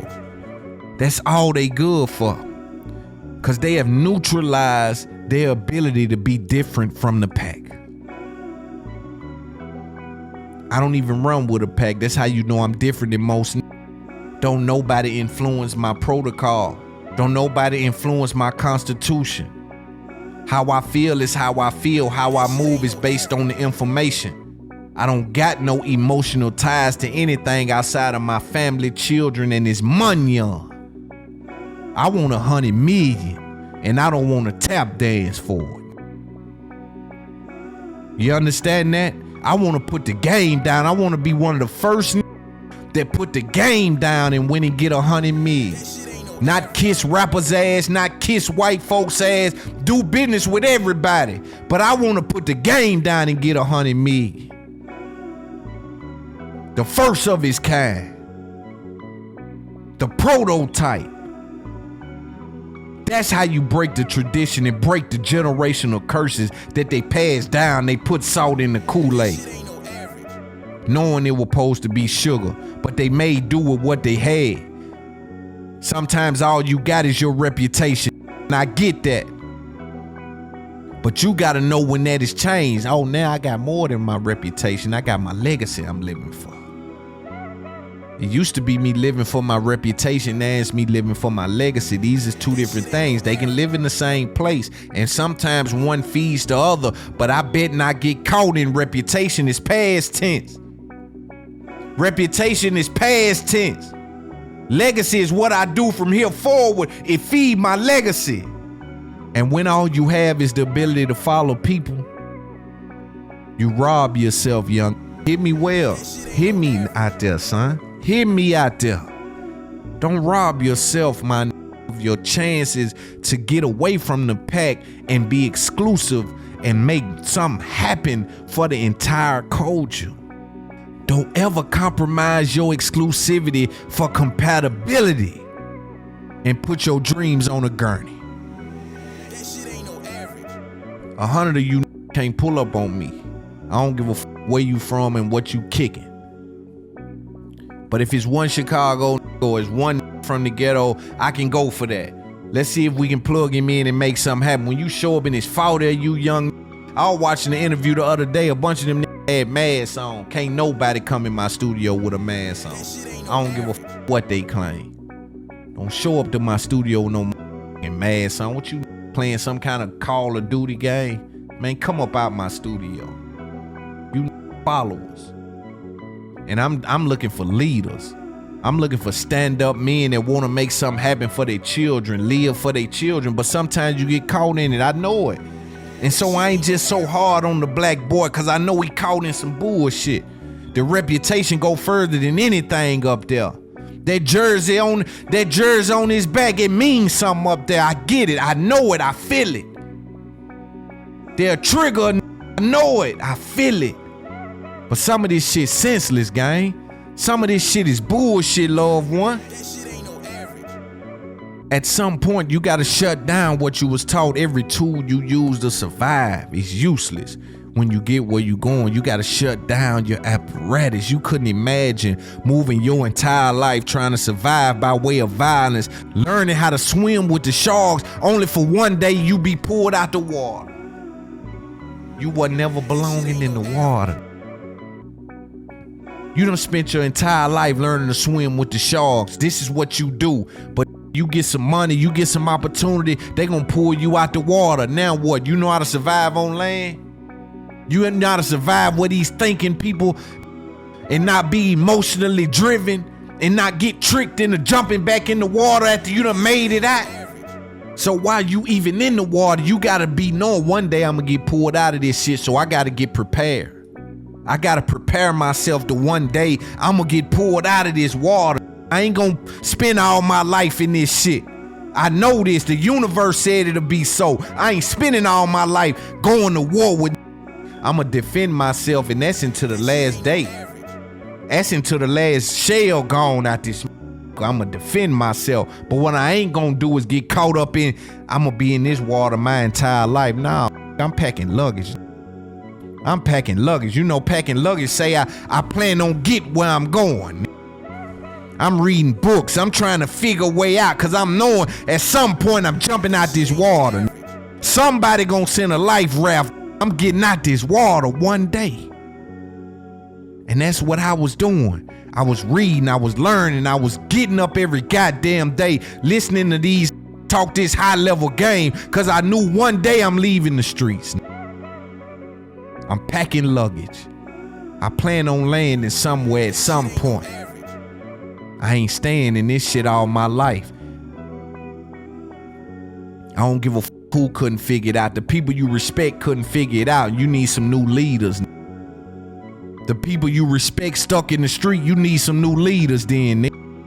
Respect them boys. Understand them boys as soldiers, but find you some new leaders, man. We looking for the people made it out. When I was talking to Herbo, that's what he was telling me about Meek, and I felt it in his spirit. He look at Meek Mill and he say, man, he was a street dude, man. He won the war, Chief Keef, them won the war, we know them. Made it out. They made us know it's possible to get you some money on. They the ones told us pack some luggage. You gonna land one day. You gonna get up out this shit one day. And that's what Loon here to do.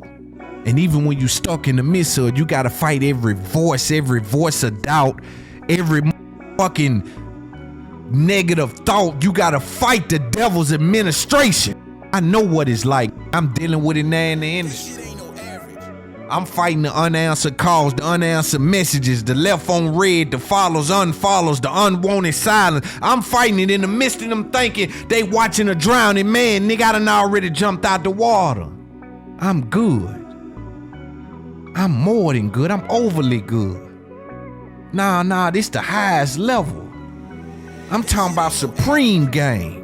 The highest level of game, Lord one. It just hurt me to know they think I'm drowning and they trying not to. Man, let's not. That's what hurt me even more. It's like, oh, they think I'm drowning. Boy, I got more money put up than Bandcamp got poke beans.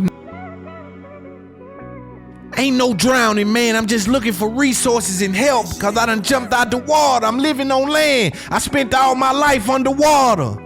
Swimming with the sharks. I don't know the next move. Somebody help me. That's the game I'm playing now. But if nothing else, I ain't jumping back in that water. If I get back in the water, they got to grab me and throw me in the water and watch me swim back to the bank. I'ma swim right back and get right back out the water. You dealing with determination on my side. You ain't dealing with no puppy. You dealing with a big dog. I'ma make sure every single time they try to throw me in the water, I'm swimming right back to the bank. I know what it's like being on land now. I got luggage. And I tell every young pack luggage, you gonna be up out of that one day. Don't get stuck in that shit. They done tricked all us like reputation is king when legacy is king. Leave something for your loved ones and your family, your little boys to look up to. No matter what they tell my sons gonna be able to see my daddy put the work down. They get old enough to recognize the difference between the talkers and the doers. My daddy was a doer. He was one of them men. He went and got it done. It's a fact my mama grew up in the ghetto and she done all she can. She compromised everything she had to make sure I looked good, make sure I went to school with good clothes, but she never put herself in position. It's documented. Her son figured it out. It's documented. Them little boys' daddy figured it out. That boy nephew figured it out. It's documented I come from nothing. I don't got nothing to prove as it pertains to that. Don't get caught proving yourself in an arena that don't matter, loved one. One thing I know, it's a low frequency, it's a low vibration, and the devil has infiltrated the ghetto. The devil has infiltrated the ghetto. And so why they killing each other is always going to be an unanswered question for me, because it's something I can't understand. I understand defending yourself. I can never understand pulling up to a party and hitting people who are not involved in anything. I just couldn't understand it. And the farther I get away from the ghetto, the more information I'm getting and the higher level I'm going up, and the more I'm reading and the more I'm getting closer to God, I'm starting to realize that retaliation is a trap. There's a way to do everything like there's a way to do anything. You hear me? You gotta remember that a war kills expectation. That's why the young don't even plan on making it out. They look at themselves, man. Listen, man, I'm 21. I'm 23. I don't even know how many of them know a 50 years old that really grew up gang banging. I don't know a bunch of that I knew was super tough that made it to an old age. I know one real gangster that I know for a fact that went and put in so much work, and he spent a lot of time in jail. But he probably the oldest real gangster I know. All the gangsters died when I was younger. As I looked up to, that was really them men that died when I was young. I attended funerals of real big dogs at 15, 16, watching die, who we respected, who can walk in any neighborhood, gang banging and respected around this town, didn't make it to my age, loved one. So how are you doing anything but setting yourself up for failure, following down those pathways? And so God put it on my heart. Chicago, Memphis, Cashville, Miami, Atlanta, LA, the whole black culture. We got some unraveling to do, love. We got some unraveling to do. If we gonna be anything, let's be soldiers for, man, listen, man, let me not even, but I'm just saying, loved one, let's not keep doing this to each other. But the new question is, how do we end it? And that's something that I haven't came up with an answer to yet. There ain't enough opportunity for everybody to make it, and I know that, and that's what hurts your heart, is because you know that when you get some money, the only people that has redeemed themselves is that went and got a few dollars, and he kind of understand. But the ones that's broken, they still got their jerseys on and running around the ghetto, can't figure nothing out. It's rough to try to tell them, hey, turn that off, love. Pack some luggage. Plan on landing somewhere else. You may not land where Herbo landed. You may not land where Chief Keef landed. You may not land where Loon landed. You may not land where Lil Baby landed. But pack some luggage. Plan on getting from where you at. And I don't mean literally, I mean mentally. Spend some time of your day searching for a pathway. I remember coming up, dog, and this is why I don't go to funerals now. But I do think my presence is needed in places that I have retired from, because now my face and my voice is more powerful than I could ever imagine. I stopped going to funerals when I was 15, 16 years old. God is my witness. I went to like 10 funerals in a year. In a matter of 2 years, I went to like 10, 15 funerals, and I just cut it off. I couldn't take no more. It was like losing somebody. It was just business as usual.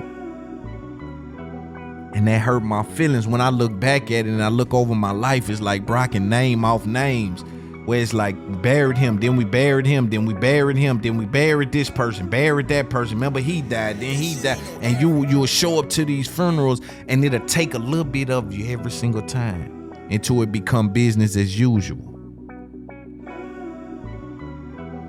So what do you do when getting nothing, getting no results is normal?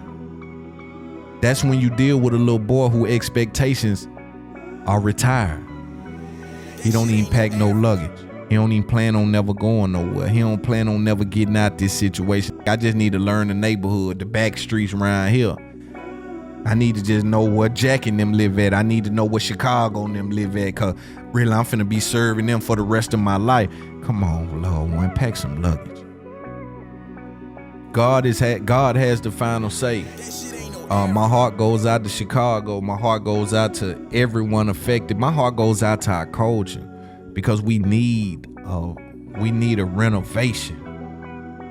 We need some rehabilitation. We need people who are breathing life into these youngsters and tell them to pack some luggage, man. Don't put yourself in the trick bag. And I know it's easier said than done. But if it's said, it can be done. I want to move on from this, and I'll talk about it more maybe at some other point, dog. And life is lifing, right? And I think when you check out of the game and you're watching from the bleachers, even if it's from the floor seats, the game look different to you. You can see the fouls. You can see the reaching. You can see, boy, he calling that wrong. Boy, they don't practice enough. Boy, them folks ain't even in, his mind ain't in the game. But when you in the game, you don't see all that. You be on the corner. I'm open, dog. I'm open. You don't even see him, but on the floor seat saying, watch that corner. That corner man always open. They ain't never guarding him. And sometimes that corner man is, I'm speaking towards the pathway of your way out of this thing. And so it's easy for us to talk about it because we not in it. My heart goes out to the stuck in it. But at some point, we got to grow up and pack some luggage. We got places to be and things to do. We got people to see. You dig? Pack some luggage, young dollar. I now want to talk about this situation that happened a few weeks ago, and I was going to let it ride and not speak to it, but I think it deserves some attention from our platform and from me in particular, seeing that I do have a relationship with BET, but I'm very disappointed in BET on a number of levels. For those who do not know, BET had the BET Awards a couple weeks ago, and that was a situation with Kai Cenat and a young guy by the name of Tyli, which is one of Kai Cenat's friends. These dudes both are streamers. We know Kai Cenat is one of the biggest streamers in the world, and what he's been able to do with his platforms lends him a level of exclusivity to some of these red carpets, some of these brands that, you know, maybe a lot of people won't witness or be able to experience in their lifetime. And so I've always saluted Kai Cenat, Speed, Aiden Ross. I've saluted all these young guys because they've been able to make something and they're entertaining. I want to just show you guys how the industry works. And so I'm going to break down kind of what happened that we're going to speak about today. Recently at the 2025 BET Awards red carpet, streamer Tyli and his niece Sage were initially denied access, apparently due to a no-minor policy and questions around invitations, even though they have been cleared by his team. After word got around, Kai Cenat personally intervened, made a call behind the scenes, and instantly got both of them in. So what happened is Tyli is on the red carpet. He's there a part of the whole Kai Cenat situation, and also, you know, he has a level of notoriety itself. But he was told that, yo, your niece can't come on there. Hey, stop. Hey, you know, you can't go past here. Hey, you can't. No, this is something that you can't do. You can't bring her on the red carpet. Pay attention to this video.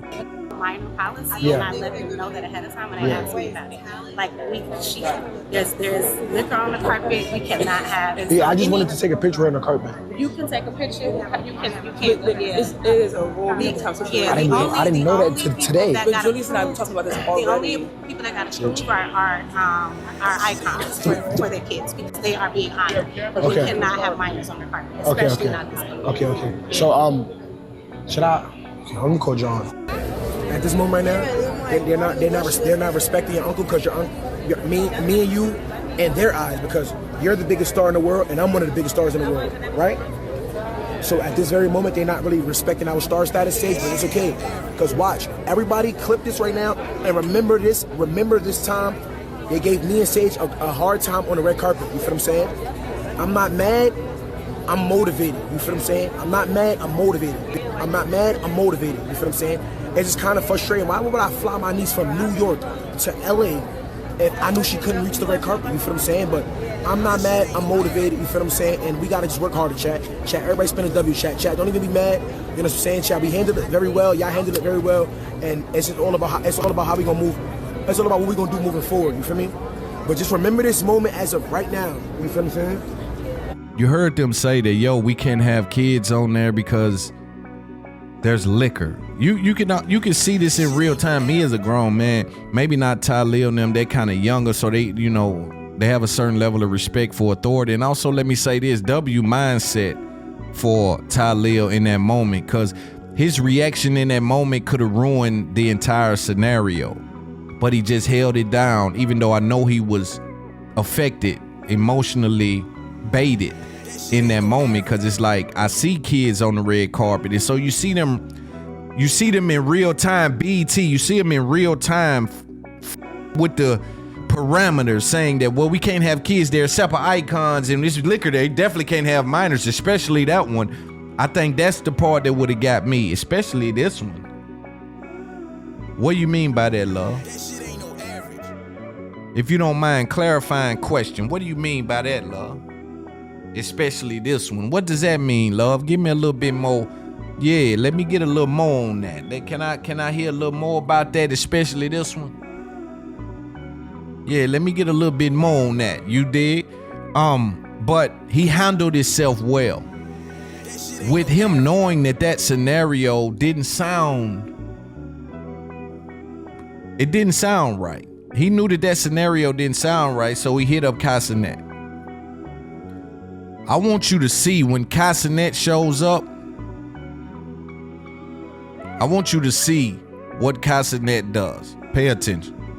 But literally could not get through there. That's crazy. They said they said it's illegal to have kids on the carpet because it's liquor. This cat was a kid right there. Then they said only icons on the carpet. They told that's glazing. I was gonna say that word, but I ain't wanna get kicked. I ain't gonna lie. I wanted to say more than that. But I'm not sure yet, my brother. Hard works. We good. I couldn't get right here. They wouldn't let you get right here? I need to get right here. That's crazy. Alright. So we good. I couldn't get right here. They wouldn't let you get right here? I need to get right here. That's crazy. I couldn't get right here. Change levels to the I ain't mad. So I said Thanos. That's insane. Chat, that's crazy, bro. Let me get on the carpet. They said only icons. They wasn't trying to let you go on the carpet. Had us out there. They must not know we family first. If they wasn't letting you and I wasn't gonna go.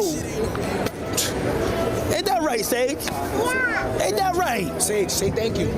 Say thank you. Yo, W Kai Cenat for real. W that young Kai Cenat. W Kai Cenat, slime. On God, W Kai Cenat. Like, if I'm being honest, I can even see Tyli light up. And this is what I mean. This is why I love these young more than I love these old. These old to try to be like, they don't know what's going on. You ask these old who got some pull, yo, can you do that for me? Oh yeah, I can't. It seem like they ain't answering for me. Yo, bro, y'all lame. Look at these young boys, man. Salute to these young. You understand? Kai Cenat come through now, man. That's my guy, man. Y'all can't do us like that. He grabbed her and walked right through. You can call some of these, bro. You think you can get me in contact with such and such? I be wanting to do a deal with them, man. I'm a big fan. Now let me see, and they never get back to you. Kai Cenat showed up on BET red carpet to someone he calls his homeboy and made sure that he was able to bring his niece in, that he flew from out of town. It don't get no realer than that. And Big Loon don't do no glazing. Yeah, I do hazing. I don't do glazing. You dig? Yeah, nah. I don't do no glazing. I'm keeping it gangster. That's real love from Kai Cenat, and I appreciate that so much as a young, powerful black man. Because some of these is grandfathered in, or some of these old, they'll play the no look. You be standing outside, man, they done told me fly up here, I'm trying to get in the thing. Stop answering. That's why if I invite you, you good, bro. If I tell you to come, you love, you locked in, you love, I'ma come get you myself. If it come down to that. I don't play these industry games, and clearly Kai Cenat doesn't either when it comes to his people. But BET makes these things up as they go. BET has dropped the ball on several occasions. They seem to be culturally clueless. First, we gonna listen to Kai Cenat. First, we'll listen to what Kai Cenat said, and then we'll go to Tyli. Pay attention. He switched up. Nobody told me nothing. I grabbed Sage and I said, Sage, let's go. Nobody was telling me the whole time. Recently, the BET Awards happened, and while there, a couple of streamers were invited in order to promote the event, that being Kai Cenat, Tyli, among many others. But while they were there, Tyli in specific was basically disrespected while walking on the red carpet because he was not allowed to walk with his younger sibling. We have a no minor policy, and I let them know that ahead of time when I asked me that. That's crazy, bro. Let me get on the carpet. It's an only icon. It wasn't trying to let you go on the carpet. Came, the whole energy switched up. Nobody told me nothing. I grabbed Sage and I said, Sage, let's go. This is what I did right here. Nobody was telling me shit, nigga. The whole time. You feel me? Yes, you can say rules are rules. Yes, you can say rules are rules, but they switched when I came into the spot. So like, you feel what I'm saying? So shit is a little bendable, bro. Like, she had her credentials. Tyli had the credentials. Sage had her credentials, bro. I don't like how they were treated on a red carpet. It's not like they even stopped me and said, hey, Kai, like, no, bro. Like, we got through that shit, bro. And what a lot of people got messed up is that, like, the live streaming is actually, what I like about live streaming events is, like, it's actually showing the real version of what's going on. It's showing the real moments of what people gotta go through, but the people don't see it. I can't even thank Kai enough, and I'm very thankful that Kai was able to help me and my niece get on the red carpet on my mother's life, you feel what I'm saying?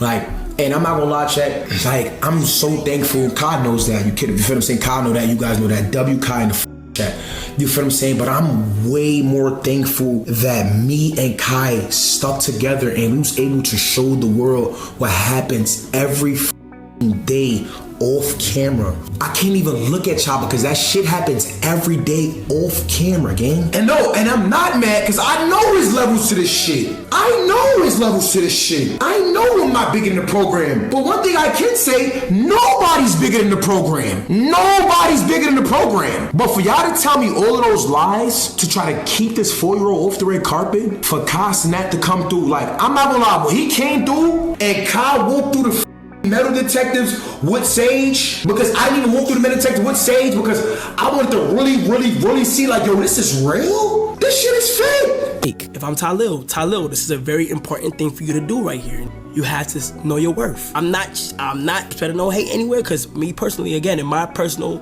world, it was amazing for me. If they call again, do you take an opportunity from BET again, or do you say no? The only way you move forward, I feel like, is if you get an apology, gang. That's the only way. The only way that you should ever want to work again in this area right here is if you get a sincere, genuine apology for what happened. Complex, y'all seen what they did with Chris. Y'all seen what the Complex tried to do with Chris. I wasn't doing nothing with Complex unless there was an apology went out. They publicly apologized to him. So now we're back on good terms. That's how it should work. Something happened, it should be an apology, and then y'all move forward. The other thing I want to speak to is that these companies like BET, you know, they want these young men's fan bases, but they don't want to actually have a relationship with them. It's almost like we don't give a f about you, we just care about your fan base. And for me, that's alarming, especially for something that is named Black Entertainment Television. Also, this is a trick that's being ran in this industry, is that they put black on something and then they don't even stand for the black creator at all. This is part of the industry's trick. Even in rap, you'll hear La Familia and family and gang and we for life and all of that. These are tricks that people run so you don't run the checks and balances to say, well, how are you actually treating people? Are you actually for the creator? Do you care about us or just want to tap into our audience to run your numbers up even more or expand your brand equity with the young folks? A lot of times they don't give a f about the people, they just care about the platform. Naming something Black Entertainment Television and not even with black entertainers in a way that's conducive to where they're trying to go or what they're trying to do is very alarming. There is no value in an invite to the feast if they tie your hands behind your back. You just gonna smell the food, you can't even do it. You're gonna sit there smelling the food. You can't even eat nothing. You can't get your hands on nothing. You can't move and do nothing. You just get to smell the food that they cooking and they eating. but it's for the blacks. It's black entertainment. It's black this. It's black that. Yo, pay attention. I'm glad these young boys exposed that, because that's a trick that's always being ran. I want to listen to a little bit more Tyli before we come back with some more commentary. Pay attention. Some people out there, I'm their idol. I'm somebody's son. I'm a brother. I'm an uncle. And I'm a king in my eyes. In my eyes, BT, I'm a king. In my eyes, I'm that. In my eyes, I'm an icon. Me, yes, me, Tyli Johnny James. I said my name. BT. No, BT employees. To you guys, I'm an icon. To myself, I'm an icon. To myself, I'm a king. And to myself, yes, I'm that. And I'm gonna be honest. To the fat out there, because I ain't even get to speak to your fat ass. You suck. To the fat out there on that carpet that was sucking my and that told me to my face, because I don't give a y'all know I don't give a on the carpet, to set a good example to the people that was watching me, and to set a good example to my niece. Of course I'm gonna keep my composure, because I am a leader, and of course I'm gonna be a good role model to my niece. And I'm not about to argue, I'm not about to yell, and I'm not about to come out my face in front of my little niece. That's not what you do. She's a kid. And she's gonna understand that, she's gonna remember that. So it's a bunch of different reasons, chat, why I really kept my composure, and it's a bunch of different reasons why I did not leave. Yes, they did make me feel away, and yes, at the same time, I did feel like I was kissing because I feel like everybody was giving me the runaround. You feel what I'm saying? But at the same time, it was all a learning experience, and at the same time, when it was all said and done, to BET employees, y'all really showed y'all true colors. How does it feel? For a fat to tell me what she said is goals. He looked at me. If y'all got the clip, looked at me, literally said, "Okay, I'm telling you, even if he comes, she's not getting in. Nobody can get her in." I want somebody to make an edit and say a few moments later, "Hi, Sage." A few moments later, "Hi, Sage." Please, can somebody please make a edit? I hope it's in the Reddit. Because I'm gonna do a few reactions, then I'm getting off the. You feel what I'm saying? I got some shit planned for Father's Day, and I will be at the NBA draft.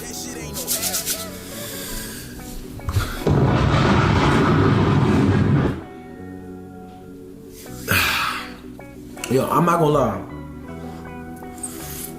On my life, chat, I'm not gonna lie.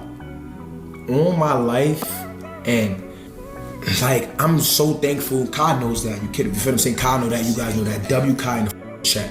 You feel what I'm saying? But I'm way more thankful that me and Kai stuck together and we was able to show the world what happens every day off camera. I can't even look at y'all because that happens every day off camera, gang.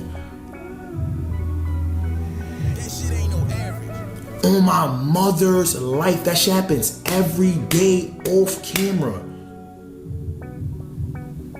Every day off camera, that happens, bro. They gonna tell me, somebody whispered to me and said, bro, this is not, I think you should end stream because this is not gonna be a good look for brands out there in the future. No, I'm not gonna end stream. One, and two, it's not gonna be a good look for BET staff and employees in the future. That's what it's not gonna be a good look for. For you guys to say, that's it. For y'all to say, for you guys to say,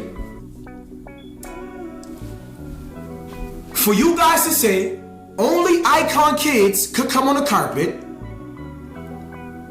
Sage cannot come on the carpet because this alcohol. The icon kids that can come, they got our approval beforehand, and it's 4 people kids. If I remember her name, I think they said Mariah Carey. I forgot who they say. It was so much different scenarios. It was so much different things being told to me. It was so much different. Oh, she can't come on the carpet because this. Say she can't come on the carpet because this, because that, because this. For Kai Cenat to do this. For Kai Cenat to do this. Kai Cenat walked onto that carpet like LeBron walking into the Celtics Stadium, Game 6. Kai Cenat walked into that carpet like this. Hey, Kai, bring a whole naked 10 securities and 9 cameras. Kai, go ahead. Wait, Kai, are all these kids with you? I thought you were only gonna bring 2 kids. No. 2 plus 28. I got 30 kids with me. 30 kids, 7 grenades, a truck. I got 7 different streamers. Okay, Kai.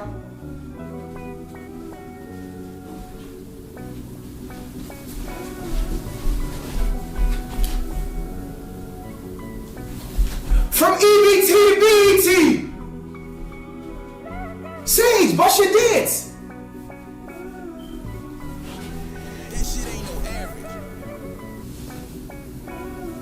Yo, y'all dead. Nah. I'ma be so honest. Like, I'ma be so honest, gang. That's the most mature y'all ever that's the most mature y'all ever gonna see me, gang. That's the most mature y'all ever gonna see me. Because of my mother's life, that's why I didn't do no interviews out there. Because I was mad, but I was grateful. On my mother's life, I was so grateful. Me and Sage took a picture. It was a wholesome moment. Me and Kai from the Bronx to EBT. Oh my God. But I'm gonna be honest. If I had got on one interview, I would have said from EBT to BET to SMD. I would have said some wild. Like I would have really said some wild. Now word of my mother. Nah, dead. And yes. And no, and I'm not mad because I know there's levels to this. I know there's levels to this. So as you see now, and again, I do want to be clear too that, you know, I can't hold the entire BET to the file, but BET, the people you guys have in position have made mistake after mistake after mistake after mistake, and they're just always late to the party. Again, I send a salute to Kai Cenat and Tyli. That's the thing about being early. They don't recognize you until it's too late. I want the youngsters to know, as well as me, you have to always remember, never mistake a handshake with a seat at the table. And we'll do that a lot because we come from nothing. So just even getting in the vicinity and getting a handshake from some of these people will kind of place us in a scenario where we say, you know what? Yo, man, feel like we in it together now. Nah, we ain't in it together until they show you we in it together. And BET, you guys have made some monumental mistakes along your journey, especially with your rebrand. And this is just one. Like even with me, I was talking to them and I'm saying to myself, I'm a black man. I'm one of the more respected people in our culture, period. I got access to every big artist in the culture. They know who I am. They listen to me. I have relationships with some of the biggest names in culture. That is period. That is literally period. And so as I'm speaking with BET and I have my people speaking with BET and they're saying, yo, we gonna try to get you into the media room, and then all of a sudden they go dark, and I'm saying to myself, how in the f did this happen? What else can they be looking for? I'm me. I'm someone in culture, well established. I'm on like a 4-year run. I'm a well-established brand, a well-established podcast. We got iHeart backing. We're tied in with Black Effect, which BET, Black Entertainment, Black Effect. I'm saying, whoa, this gotta be a layup. It's a black-owned company. I'm a black creator. I'm tied with every black artist in the culture, so they can't be looking for anything black to get it done. They're looking for the white cosign. This is just what I came up with. They're looking for the white cosign. And so for me, like I told you guys a long time ago, the black shit in the brand, I had you. If people put that black shit in the brand, you got to be careful, dog. Like BET, you have to be careful because a lot of times it's actually not ran by black people.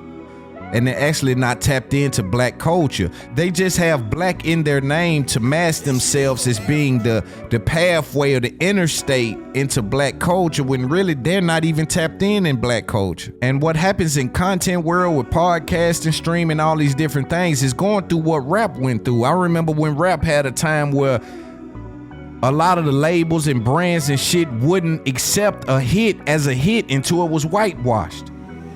Black people had been said it's a hit. It's by black people, but when the white people or it's whitewashed, when they get their hands on it, now it's officially a hit. That's an oversight. And if I'm being honest, this isn't an oversight by black. If I'm being honest, this isn't an oversight. This is how they operate. Be careful. Because sometimes you'll think, man, that's just an oversight. Nah, Lil one, this is how they operate. It's not on their, it's in their resume, dawg. This is part of their resume.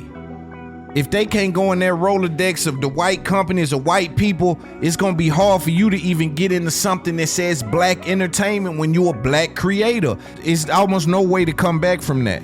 You'll have some of these companies and it's a trick play. They'll ask you to provide everything they know you don't have. They'll ask you to provide everything you never had to prove you deserve something that they know they never gonna give you. So if you can get your numbers here, like these unreasonable benchmarks, these unreasonable expectations on relationships, like they'll put you in a position knowing that, yo, you put the benchmark out of reach. I can never reach that, but it's in the contract. Oh, but it's in our relationship. If you can just, yo, you know they playing 100 years worth games on you. And so I ask that BET and other companies out there that hang their hat on, they're part of the culture, speaking for the culture. I ask that you guys, please, if you're gonna be for the culture, be for all of the culture, not just the parts with the corporate clearance. Because a lot of times you have to have a white corporate clearance for these black companies to greenlight you. Even when you're doing business as getting with some of these rappers and you're going through publicists in the label, like if you say that you're signed to a white company like a Complex or Barstool, they greenlight it. You sign to a black company or you're independent black creator that got a bunch of following, a bunch of traction, they hesitate because they're looking for the white corporate clearance to make anything happen. And that's what slowed down the rapper and the artist. Is like they no longer have people that are of the culture that's going to find the talent. See, a lot of times, the people who benefit from the culture, they often fear the people that built the culture. And so when I say BET is out of the loop, I don't mean they missed a moment. I mean they missed the movement. They missed the movement of streaming. They missed the movement of podcasts. And I look in the media room and I see people and I'm saying, yo, it has to be something going on while I'm not in that media room, or why they told my people that we ran out of room this year. Excuse me? I see certain people in there and I'm saying, yo, it gotta be something bigger than just you gotta be a black platform with numbers and deals. I got everything, every box is checked off, and they just not missing the moment, they missing the movement. But it's not a mistake, it's their business model. BET is supposed to be the pulse of the culture, but every year they show up late to their own party. They didn't find Kai Cenat. They didn't help build Tyli. They didn't see us. They wait till we trend, go viral, picked up by brands, and then they try to act like they've been tapped in. But that's the irony. A network named for us, built on us, can't even recognize us in real time. BET don't follow the culture, it follow the coverage. That ain't a vision, that's a TV guide they dealing with. They ain't tapped in. How in the you gonna have black in your name but put blindfolds on it in your practice? I'm a black man signed to a black company doing business on the highest level. tapped in with every black artist and they told me it wasn't room. So I'm no different than Tyli. They just make it up as they go, loved one. They say that this is the Culture Awards show, but sometimes it feel like they're hosting a party but don't know who they invited. They got black literally in bold letters, but when black creators show up without a middleman, the system glitches. It's not celebration, it's segregation. And I was gonna go, but I'm not interested in going. This is why sometimes I don't bring my kids. You see Tyli go to that. Sometimes I don't bring my kids places because I know if you do that to me and my children, you ruin our relationship, and I can't guarantee how I'ma act. I can't guarantee it. That's why I don't put my kids in that situation. It's probably only Baby and P that I feel comfortable showing up literally with my kids. And Charlamagne a sin for me. But bro, like even when I got to the window at Baby show, I had 6 different tags and 6 different tickets and 6 different backstage things because P sent some, Baby sent some. They both sent them up, make sure Loon good. You see what I'm saying? So I understand when people with you, they really with you. But I don't bring my kids, bro, because it's just gross. And I keep myself out of those situations, man. You know what I'm saying? I just keep myself out of those situations. It's just unfortunate that BET have the culture in its name and then forget what the culture looks like. You know, they saw a kid, Tyli, or a streamer, and forgot they were looking directly at the next generation of star power. They still act like access is earned by industry validation, not impact. But who validates them now? The streets or the streamers? I think BET continues to drop the ball. I'm starting to think it's not them missing a moment, it's them missing a movement. And this is It's Up There podcast. We're signing out, and I'll see you guys next week. I love y'all for sure. Make sure you hit like, subscribe, share, show people, let people know you want to keep seeing these episodes. It's the only way I'm going to keep doing them. I love you. It's Up There podcast. Skid it.